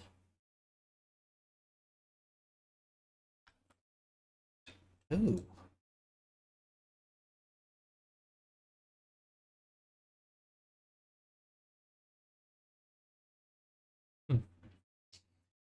Must be triangulated. Yeah. Fact. Yeah, I would. Triangulation's so frustrating to work with. I used to throw it in within the pipeline. Now I always save it till the end because it is just not worth dealing with. So stupid. I believe I actually even made a script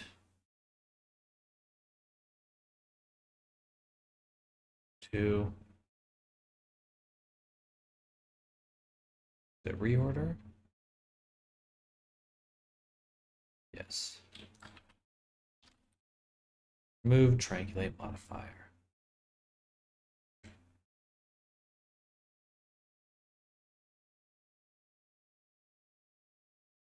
Cool. Simple. Done.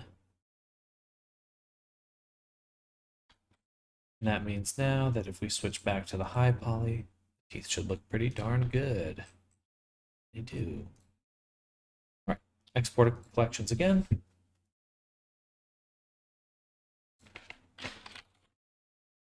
I'm gonna take a little break in just one moment.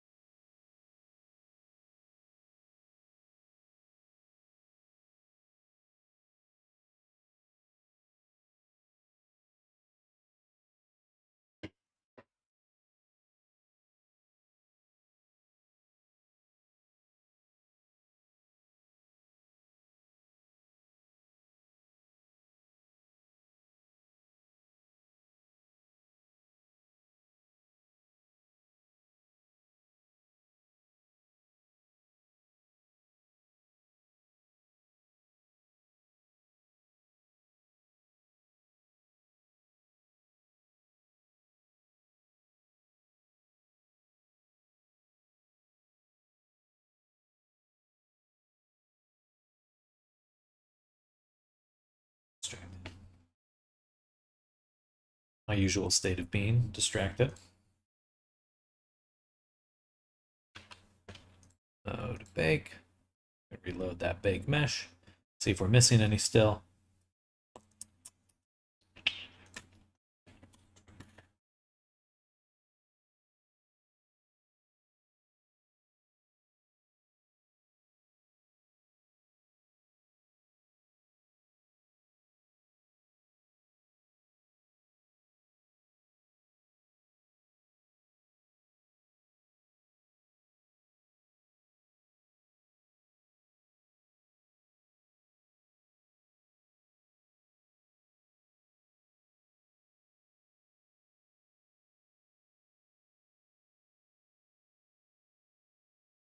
Should work well.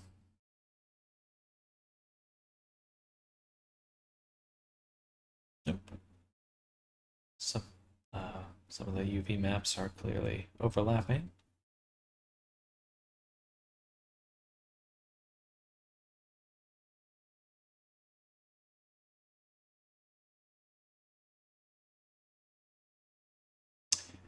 And that's because we're still, no, I'm not using the cage. Let me actually just remove, keep that empty. Painting mode should be, oh, yeah. Yep. Yarp.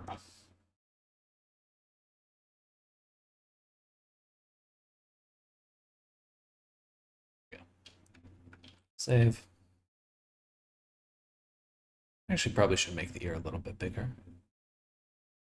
Mode bake.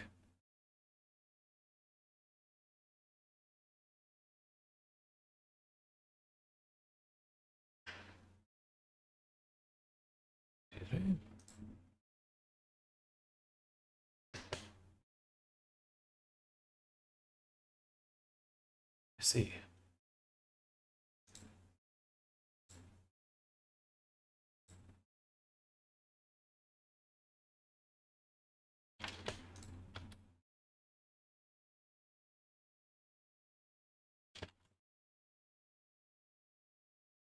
Why do they have a different material?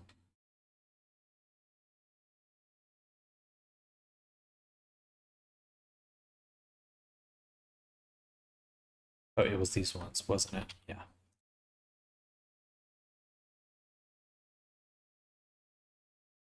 There we go.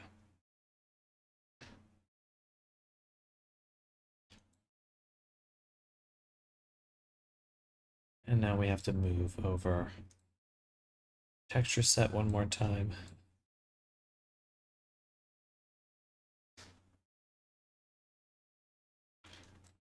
Save.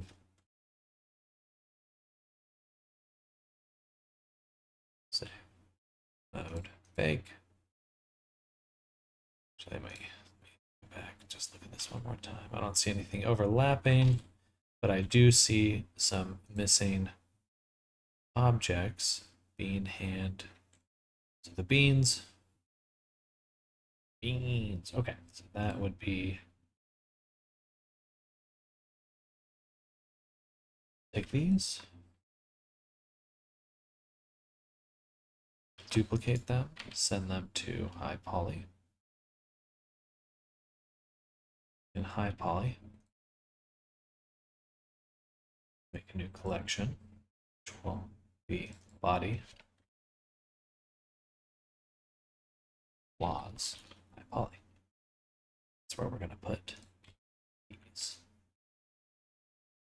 Go to scripting, go to the rename script, load high. Oh.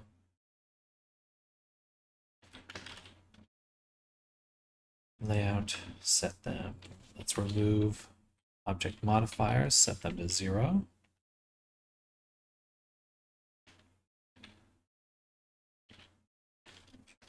Add some subdivisions onto them.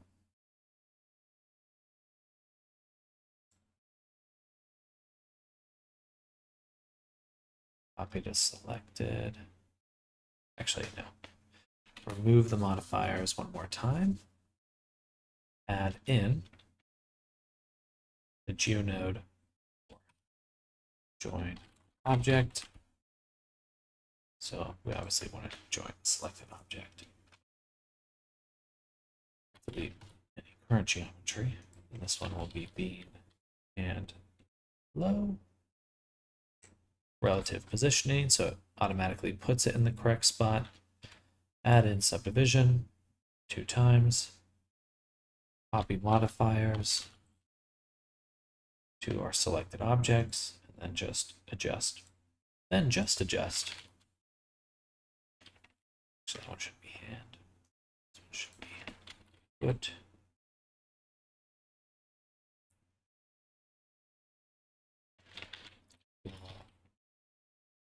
Put low.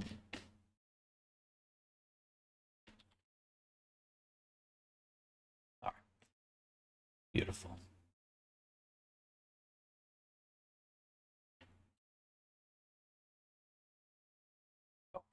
Actually, let's make sure the scales zeroed. All right. Actually, wouldn't matter because they are. It wouldn't matter.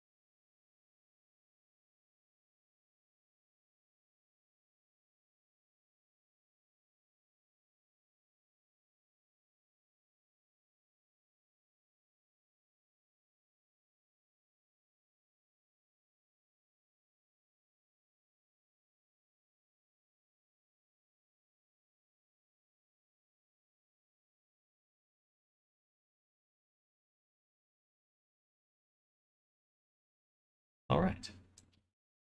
Looks like we could still use a few refinements.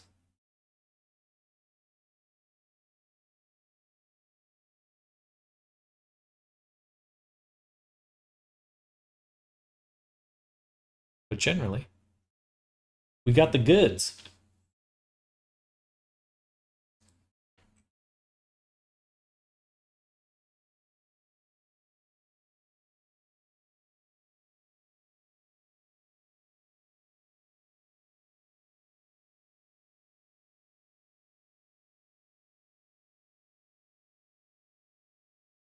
Like the plasticky look. Not what we want to go with. All right, we're just going to disable these one at a time as we go down to figure out what broke coming in. So the eye socket's definitely broken. In fact, we'll just clear the mask.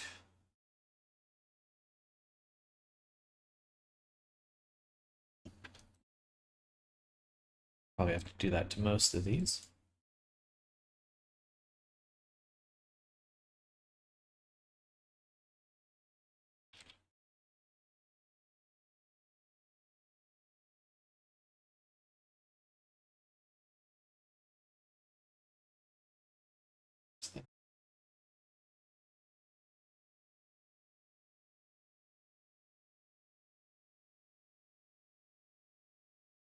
Okay, I see. It's already there.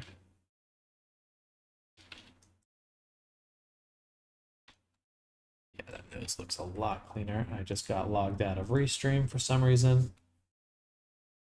I hope that doesn't end the stream.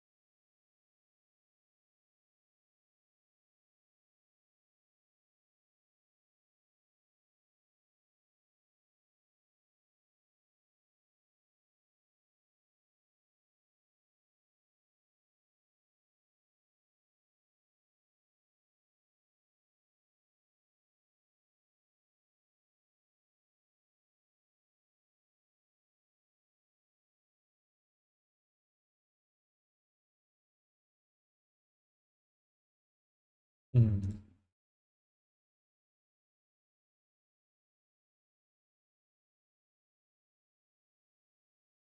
And it just won't log me back in, so I guess I'm without chat for a moment. Really should use something other than Restream.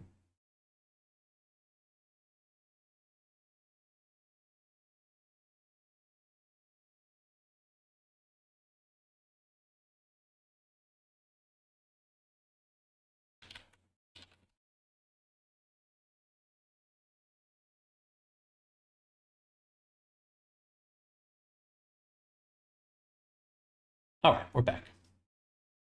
Silly.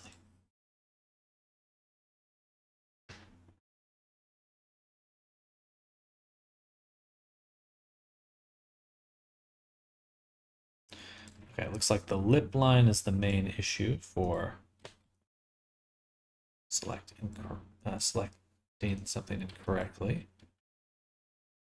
Is it the lip line mask or this color selection? Looks like it's the color selection, which makes sense because it is actually a really terrible color selection. Because there really isn't any variation there.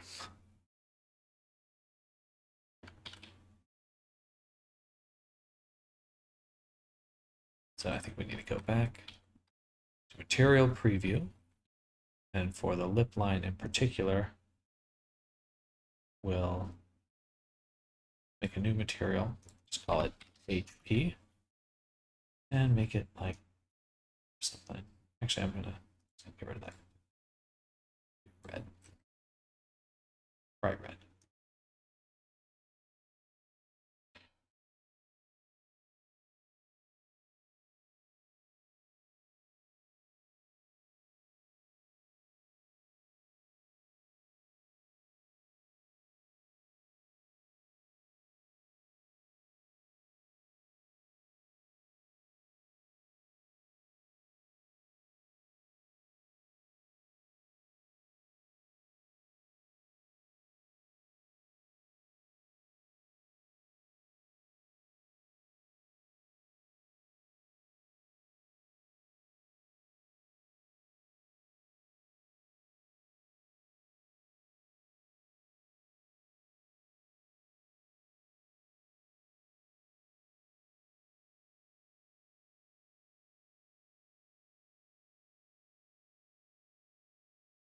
Dang it, still missing one object.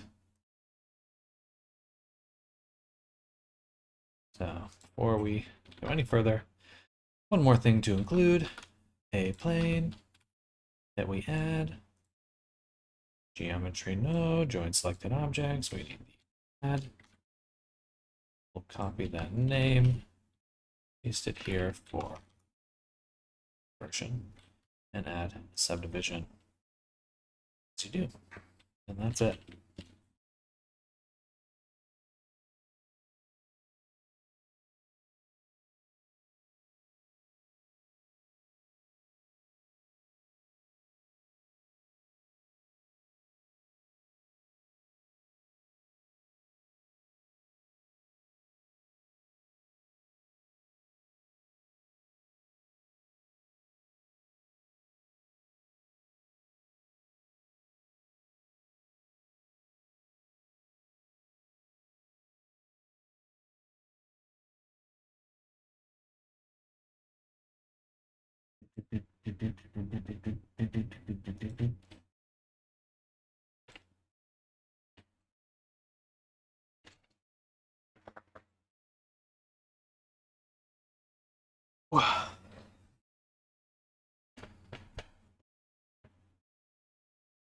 All right. So now we can pick them.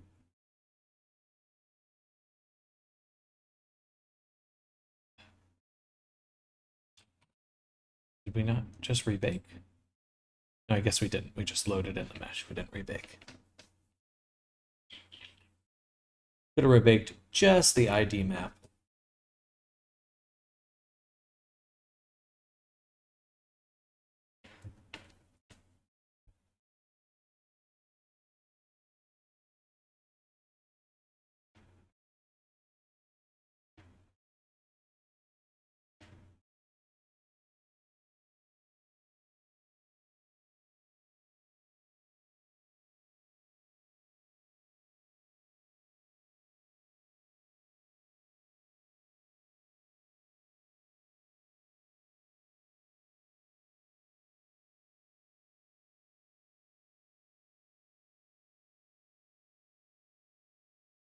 Oh, beautiful. That gives us a really strong indirect selection. Good, it looks like most of the face paint is exactly where I wanted it to be. It's like pretty similar already. It's gonna save me a lot of time. The ears definitely got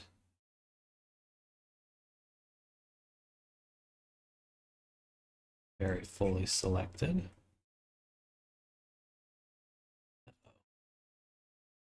Something off with these. It's got the nose material, so let's make sure we're not including these.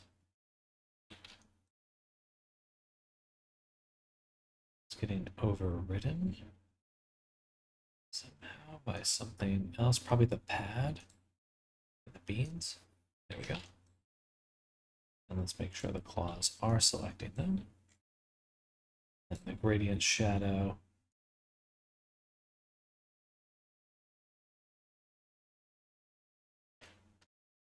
Oh, I see. Yes.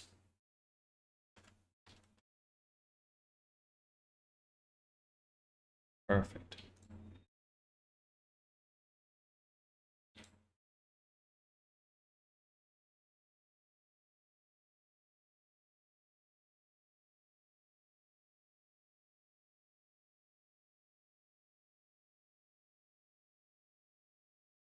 Still getting something right here. It's not from this layer. Is it part of the bake? Yeah, it looks like it. Okay, so something odd about the baking for that claw. Most things are coming in pretty nicely though. Template mouth.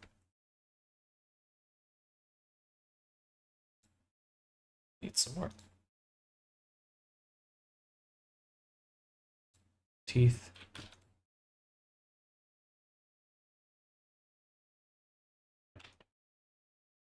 Perfect.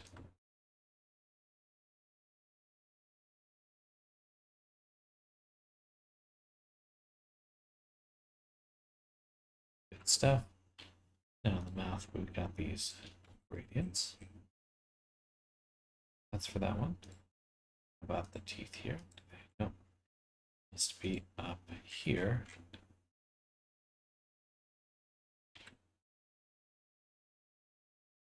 So just up the contrast on that.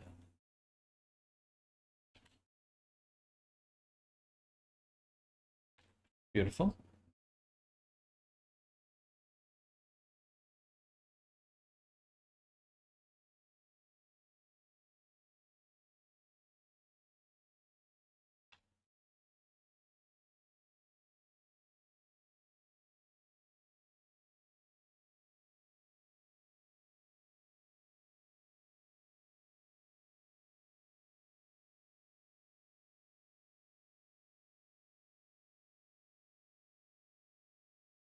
Save. I think we're looking pretty good, to be honest.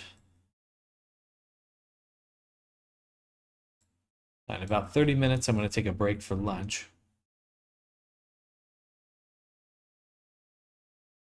Things are looking good. Things are looking good. I'm going to go to the restroom. Be right back.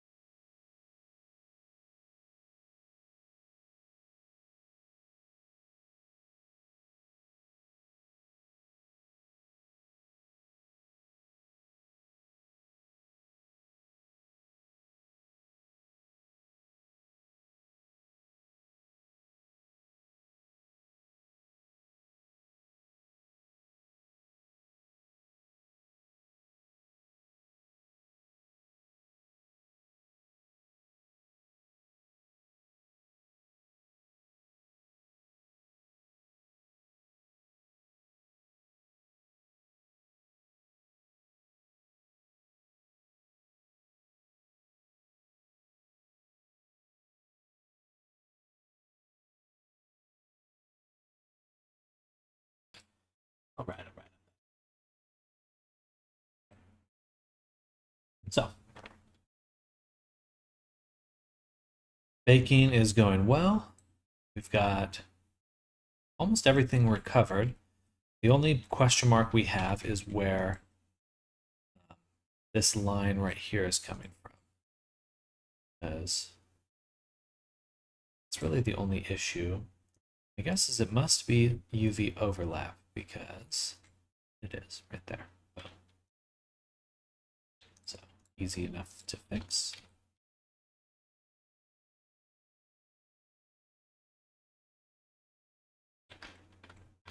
I'll just take the nose. You know, I think I'll make the nose a little bit bigger. Yeah. So for both of these, both the nose, turn upside down, scale up, and the ear.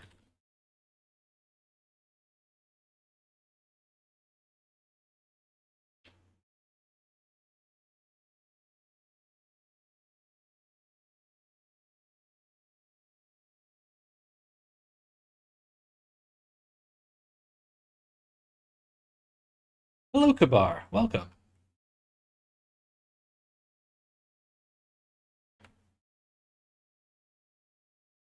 How's your day going?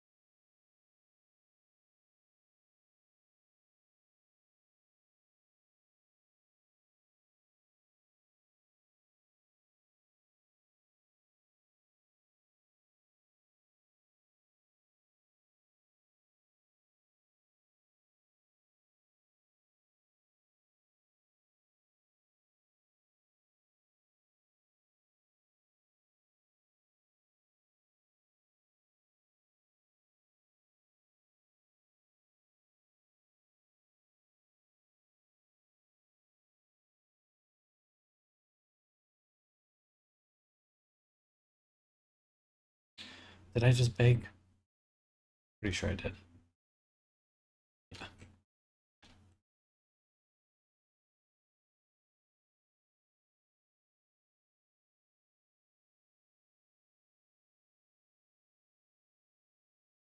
Looks like the top of the head could use a little bit more work in terms of color and stuff. But we're not going to worry about... Dang it. I didn't see the eyes when I re-exported. Which I think I should have actually. Why didn't I see the eyes?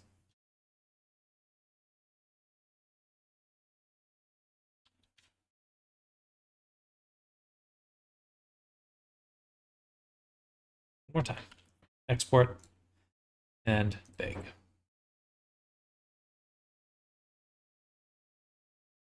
Boom.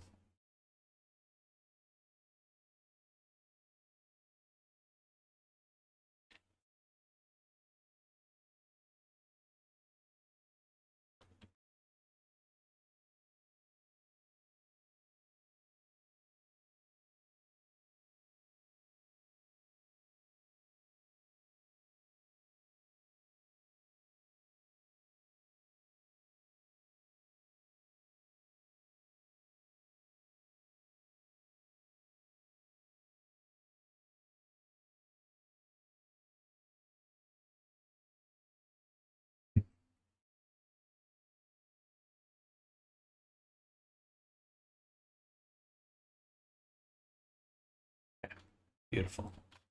Export these textures.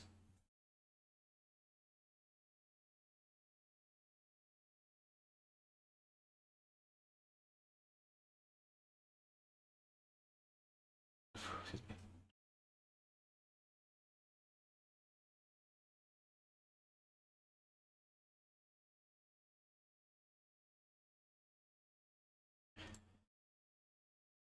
Okie doke. So now we've exported the textures over to Unity, and that looks great. But I want to update two things here. First is the version of the character we're exporting side by side.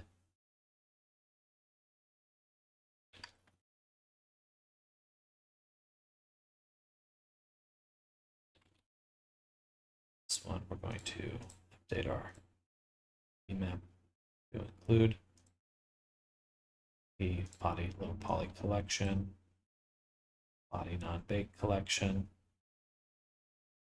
Then we'll also want to do the shape key baker afterwards. Shape key baker is probably going to be a little off. To start with, we will have to adjust those values.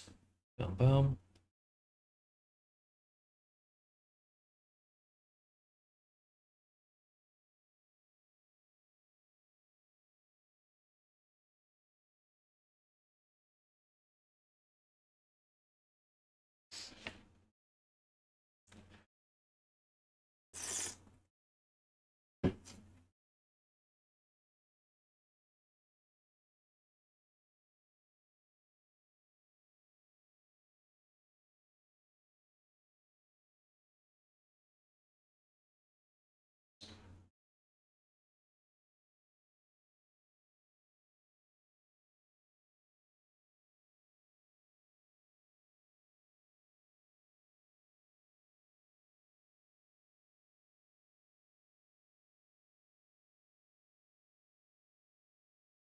I actually don't want to include these ones in here.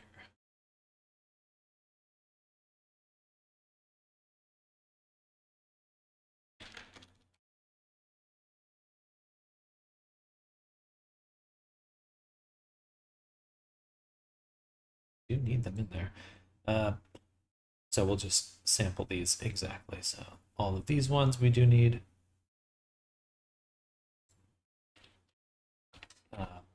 Call this one body clause baker. This one will just be body clause.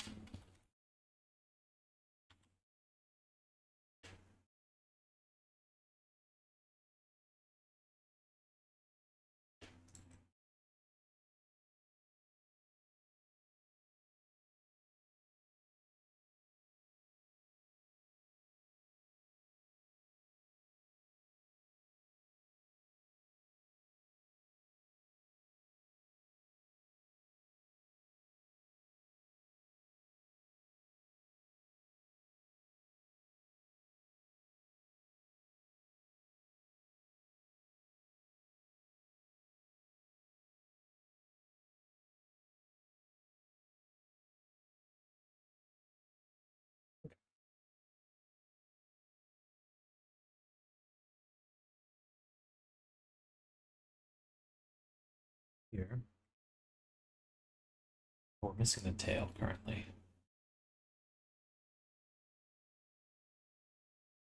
Actually, do all of them. So, teeth, upper, lower, claw baker, main meshes, and let's actually just make a new collection, which we'll call tail edit. Move up here. And okay, the tail is actually a separate object, so that's perfect. We don't even need to touch that just yet.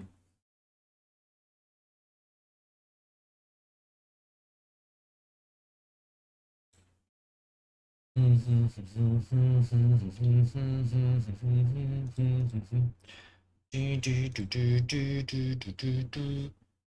should be good.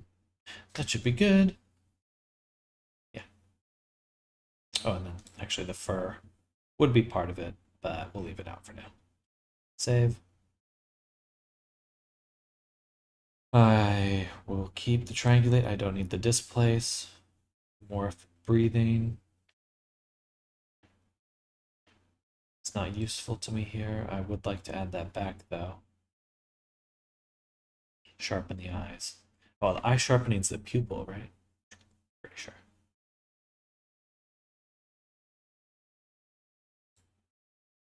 Definitely triangulate.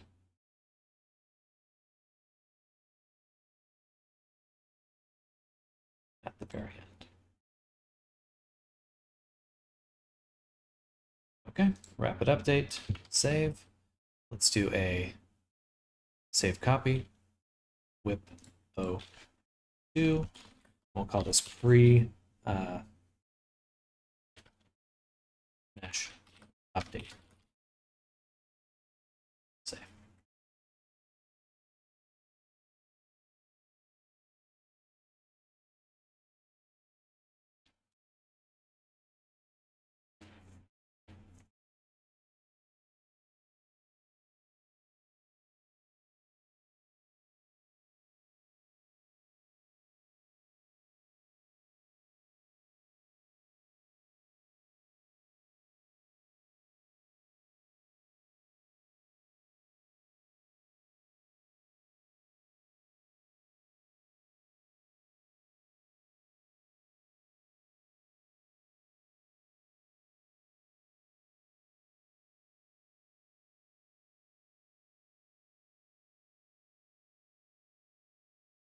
Teeth, upper, lower, main meshes. That's all we need.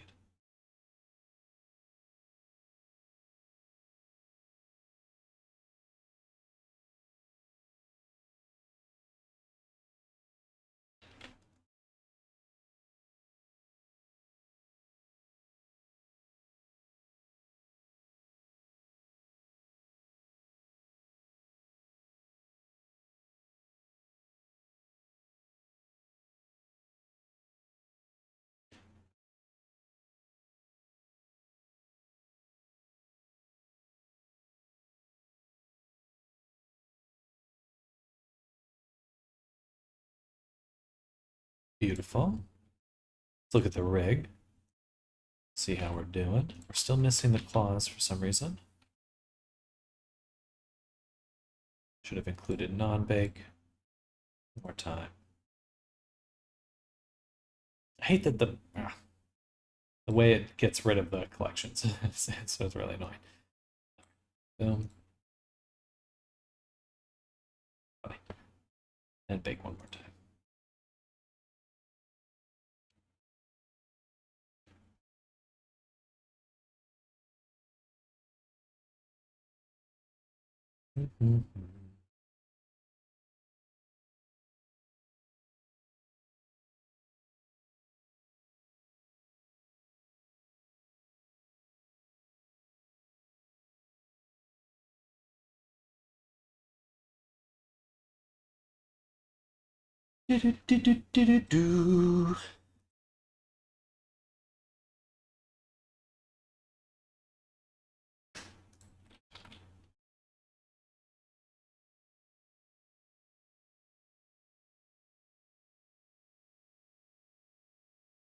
All right.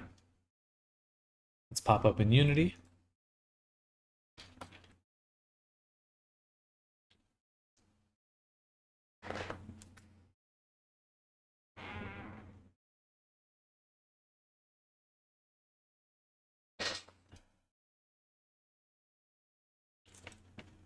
We are already at 45,000. How much is it with the clothing? 55? Okay, that's not too bad. That is just with this set of clothing, but let's say we keep our clothing at 20,000. That gives me 50,000, so 5,000 for fur. And that's enough.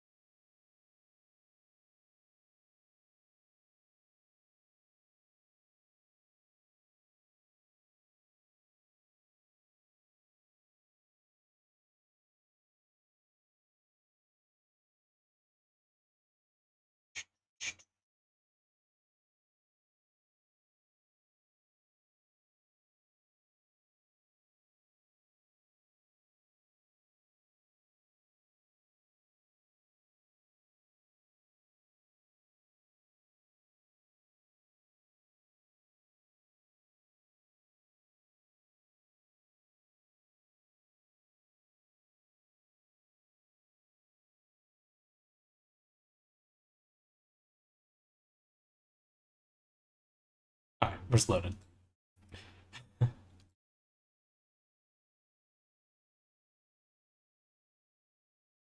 right. Should be able to export now. Do we have shape keys?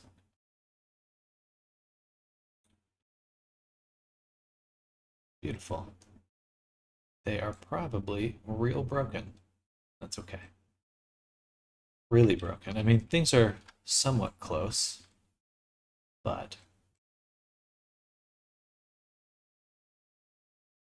they'll need some adapting.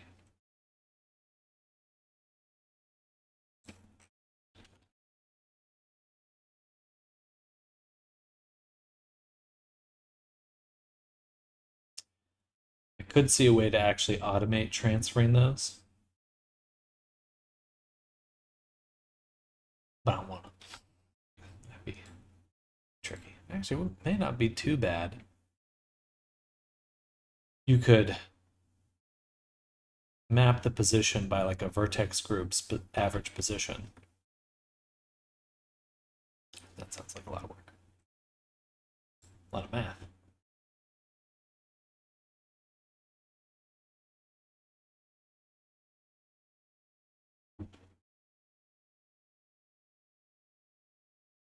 We're still just waiting on Unity. If anyone has any questions right now, please let me know. We just chilling.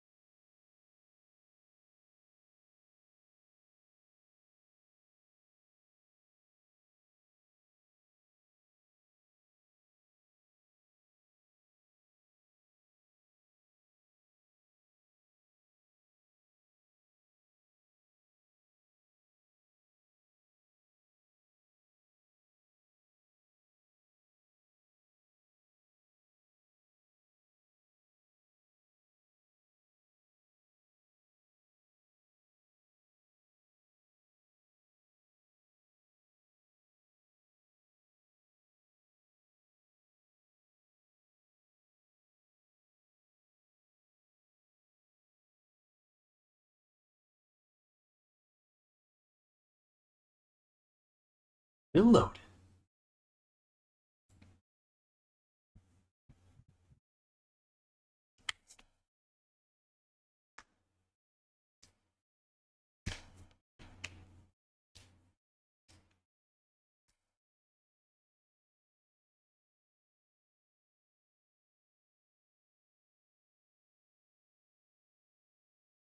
All right. Let's export. Do need to close the mouth.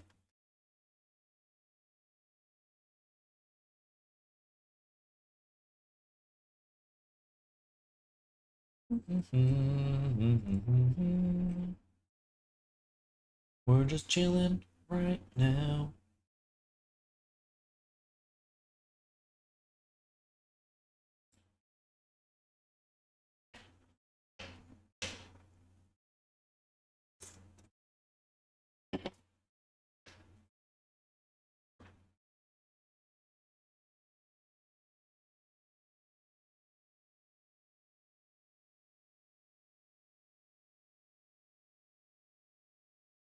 All right.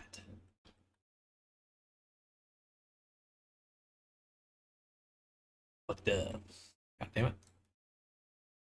How did I not notice that a second ago?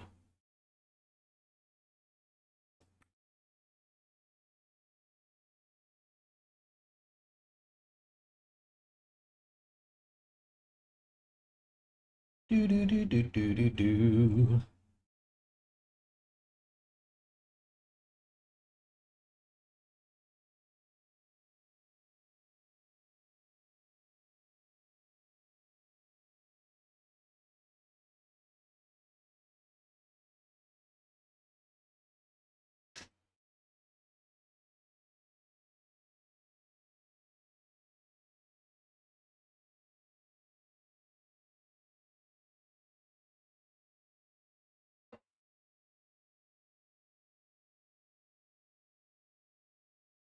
cats are asleep right now.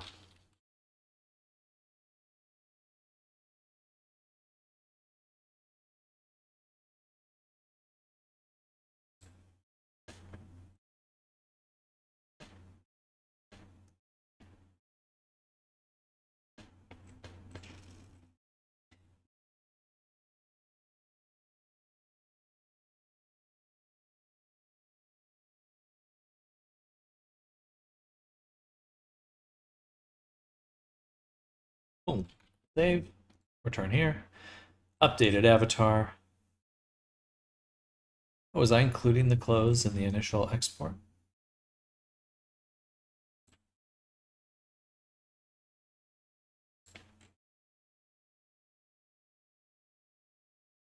I guess so. So I'll turn those back on.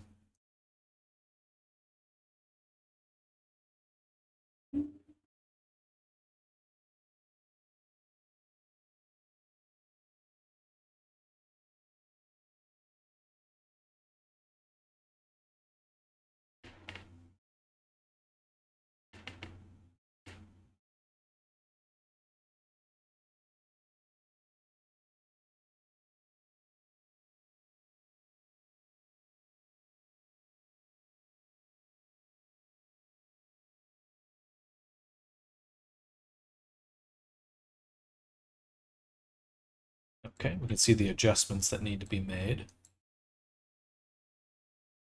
Most importantly, we need to make sure we're assigning the materials. Ooh. I actually do need to... Oh no, actually, that'll be fine. It does need to look for the correct material, but because we can assign like so, it's pretty intense right now. That tail is weird.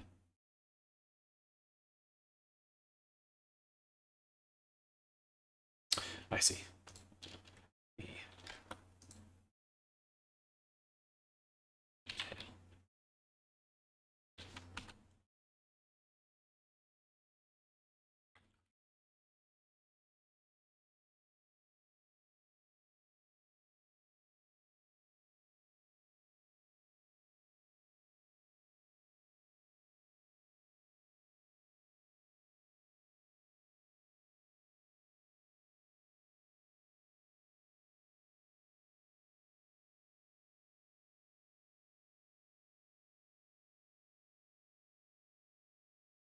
Mm.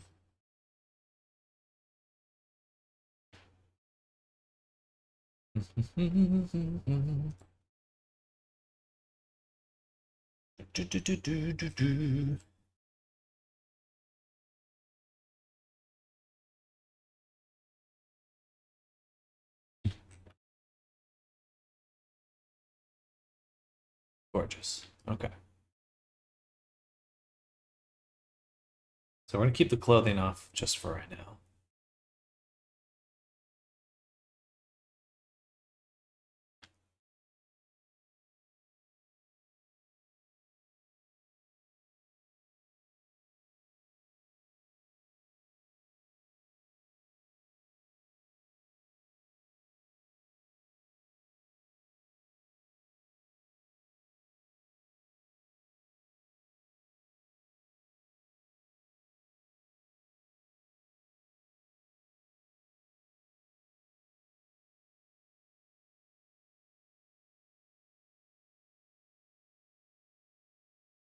All right. Now, the material, Foxhound body, has decals.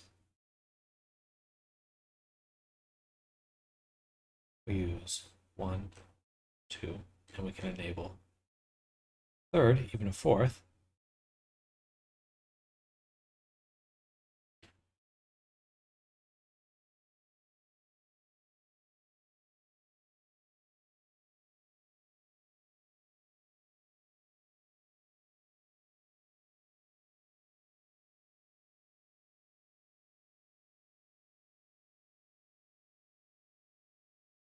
The color, it's actually going to be 0.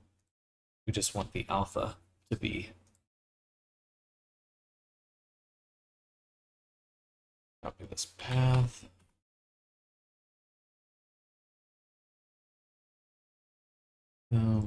Should have a texture right around here. Yes, we do.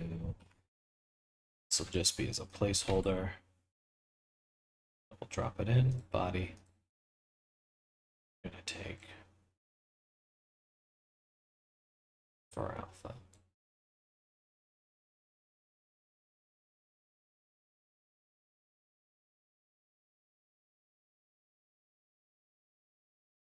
So we can see it there. But we don't see it anywhere on the character.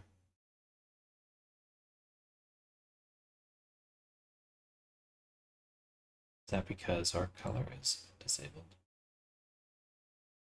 You can see the color override, but not the transparency. That must be because we have this opaque. Let's set this to cutout.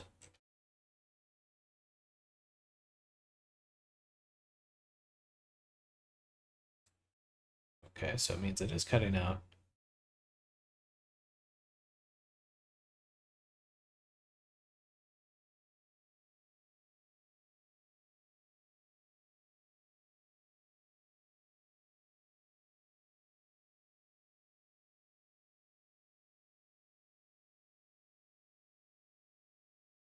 Set this to UV1.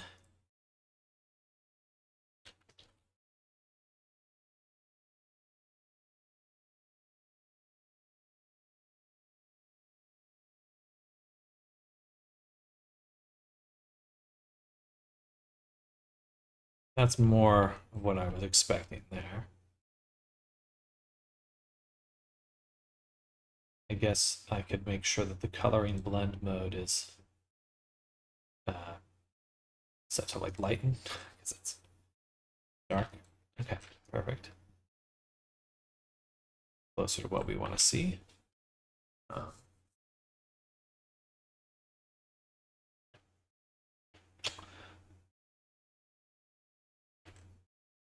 Can we move the decals further down? All the way to like 3. We can. But should we? Oh.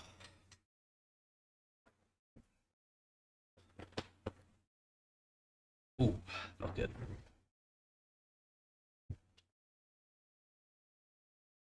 11:48. Much more time I have.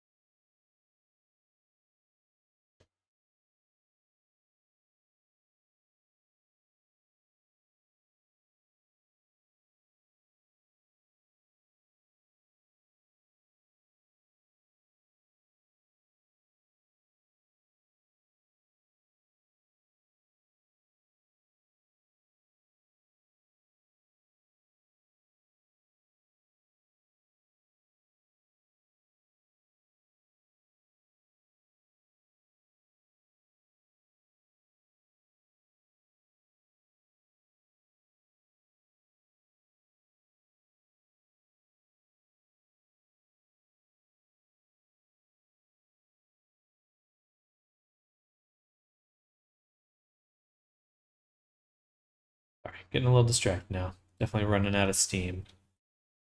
So I'll probably take a break. This is going to be noon. I have the meeting at 1.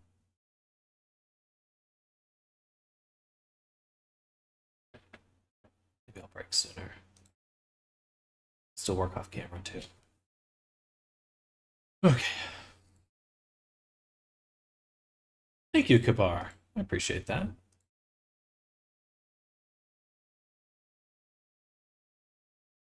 I'm just a stubborn. This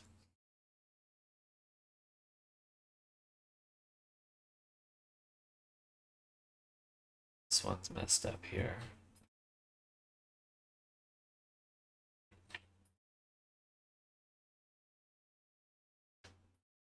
Oh, vertex colors.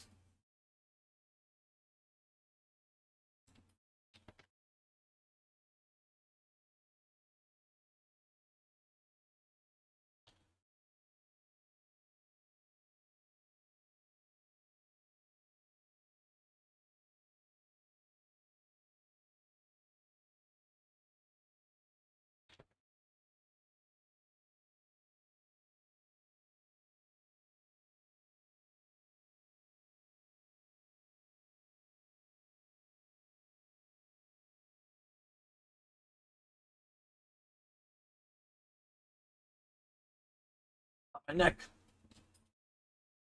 Oh! I shouldn't have done that. Why? Why do I do that? Oh, very cool. Okay, so linear. We can assign it to a slot.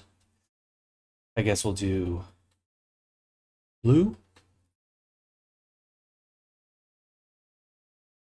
1R. Yeah, just 1R. Save. And then if I go back to decals, should be able to select the mask from 1R.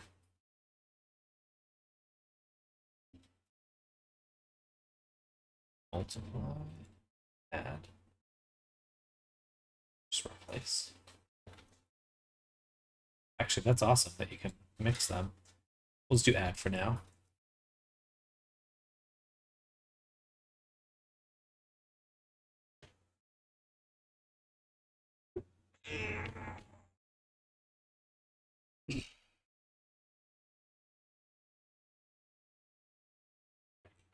Cool. It looks awesome. Eyes might be a little too bright. Man, he looks so soft. Look at the skin. It's so soft. I love that look. It's kind of like a plasticky. It looks a little bit artificial, but I can't help but like it. I think in kind of a closer realism than just like uncomfortable realism.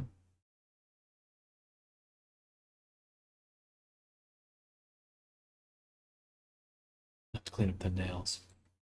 Or sorry, the crevices here.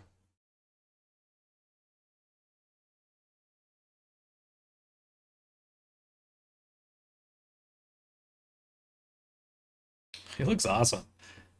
So cool. Okay.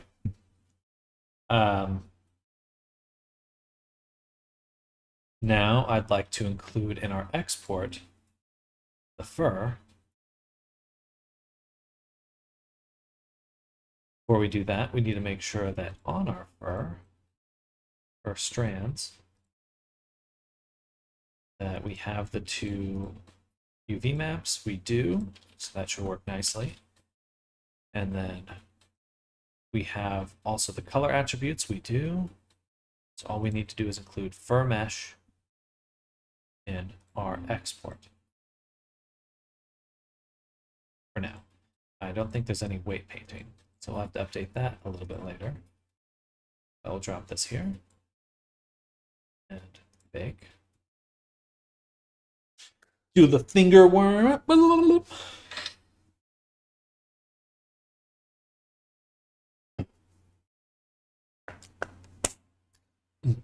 How are your projects going, Kabar? You working on anything fun recently?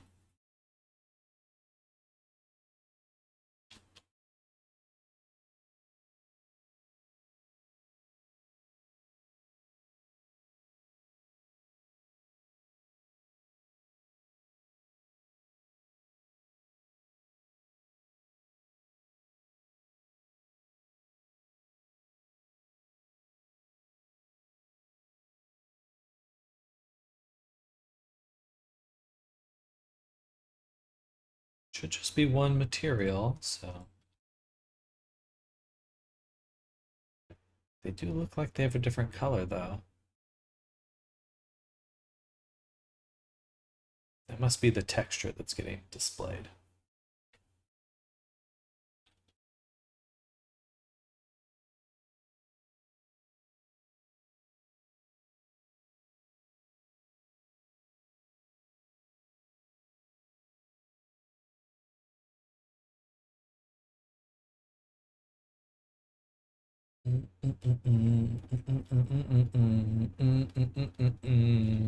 Dun, dun, dun, dun, dun. Boom, boom, boom, boom, boom. Oh, cool.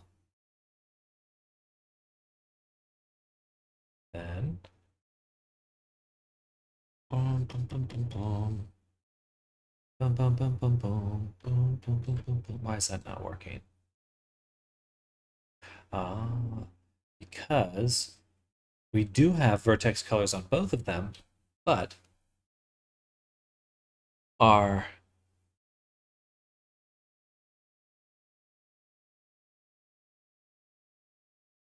body is using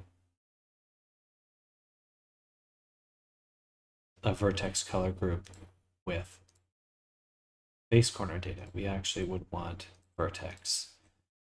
And save that.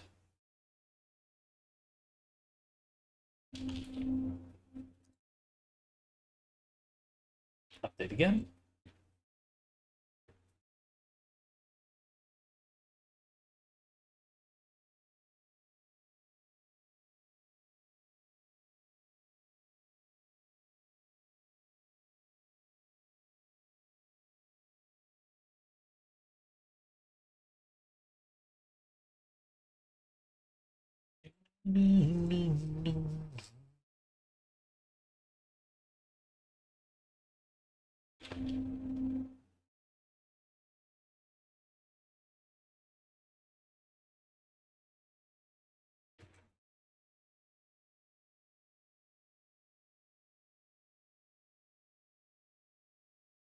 There we go.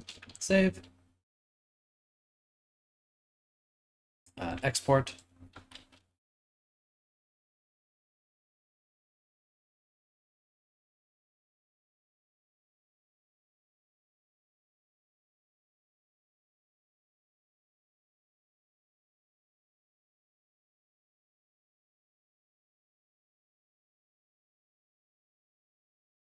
There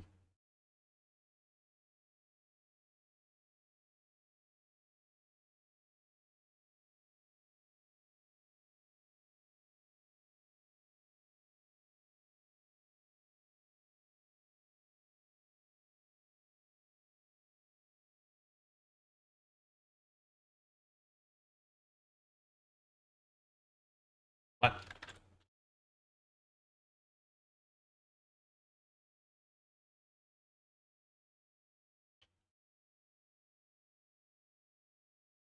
Oh, interesting. We're getting all this garbage in here. This is the attribute we do want, which looks correct. We're getting in all these other attributes from where? Must be in the body. We only have those, but we don't have any here. Okay, so some other object is adding in the UV Packmaster stuff. That's actually going to be a little hard to hunt down. Interesting.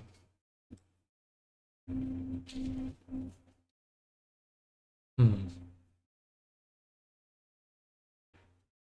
Okay, then let's just do it manually for now. It only takes 3 clicks to clear it out. So please work this time. Please.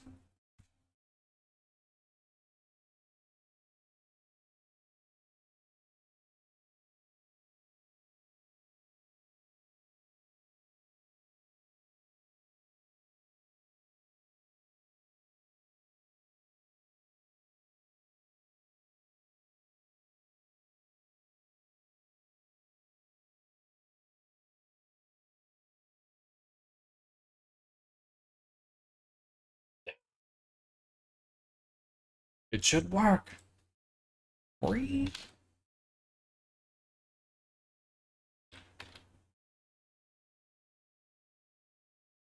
I can only include the 3 values.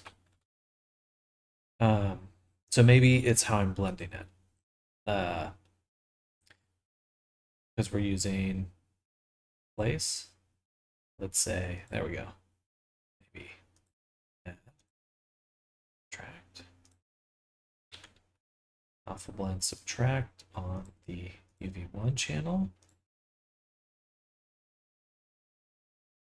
Should see something here.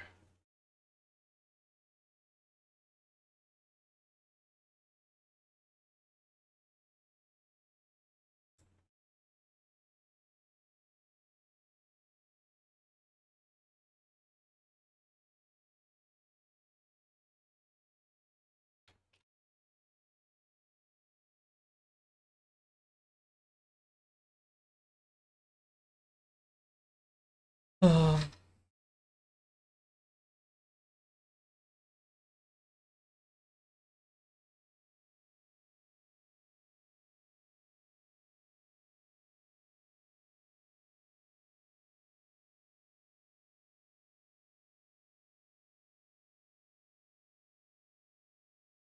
that really should be working. Let me look at the UV maps here.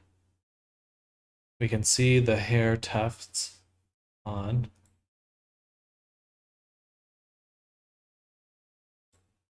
Hmm.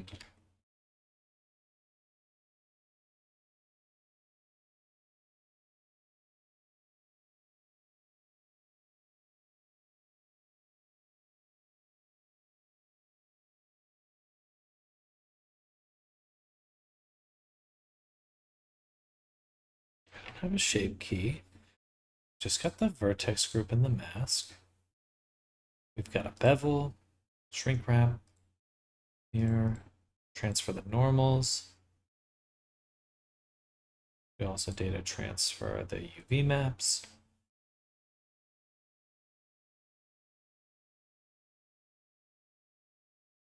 Why isn't that working? All right, it's already noon. We'll work a little bit more on this. Hopefully we can get it working.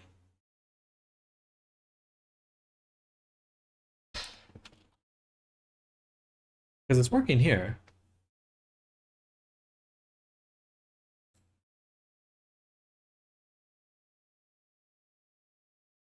UV map 01.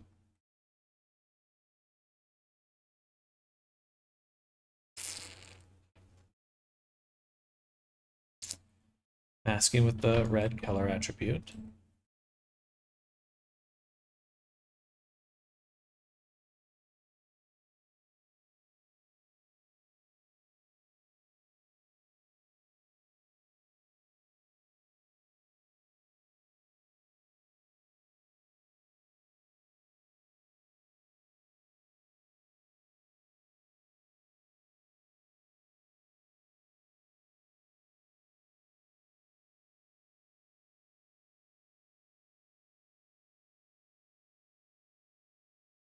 Oh, weird. Apply from global mask.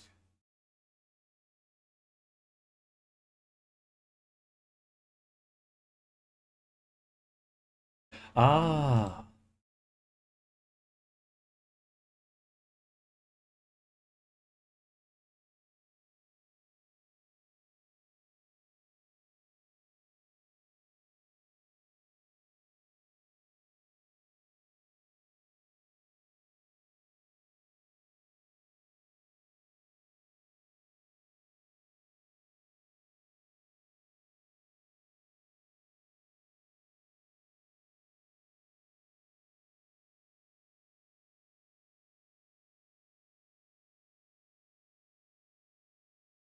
I'll have to think about that a little bit more.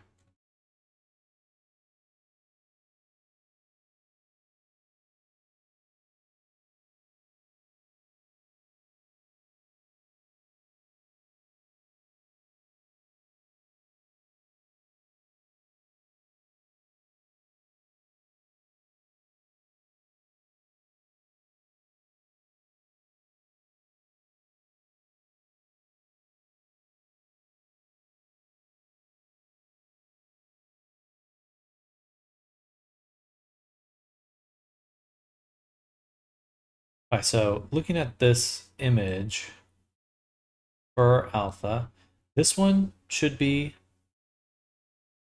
it should just be max, max. That's what it should be. Or add max.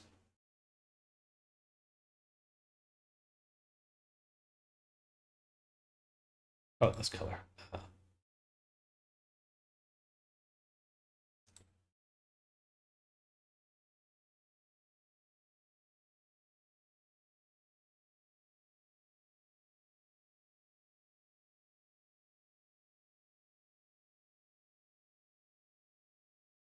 Come on.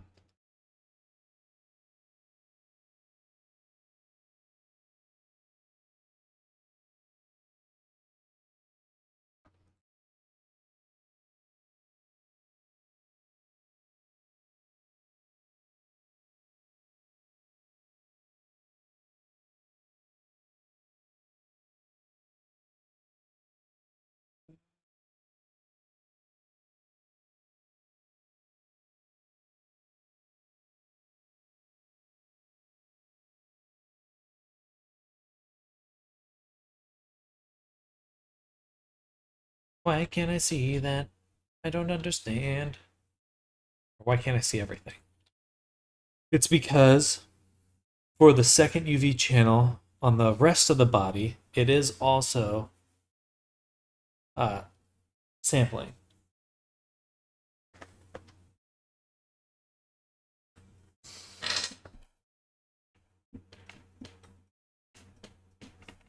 Okay, well that's a good problem to leave for now.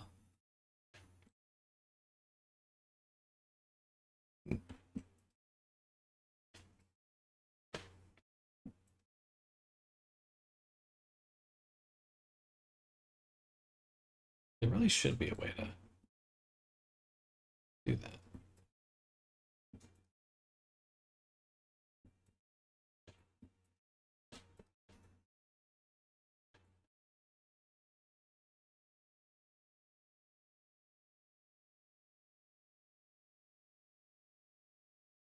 Is it not completely black?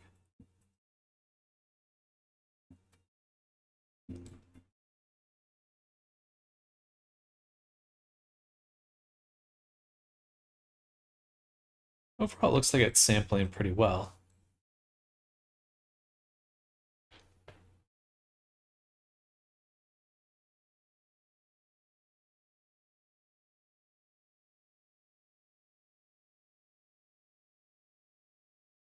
All right, it's time for lunch.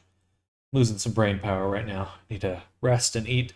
I will be ending the stream here because I'm going to be meeting with a student for tutoring. If anyone else is interested in tutoring, definitely feel free to reach out. I'll go over how to make avatars and stuff like that.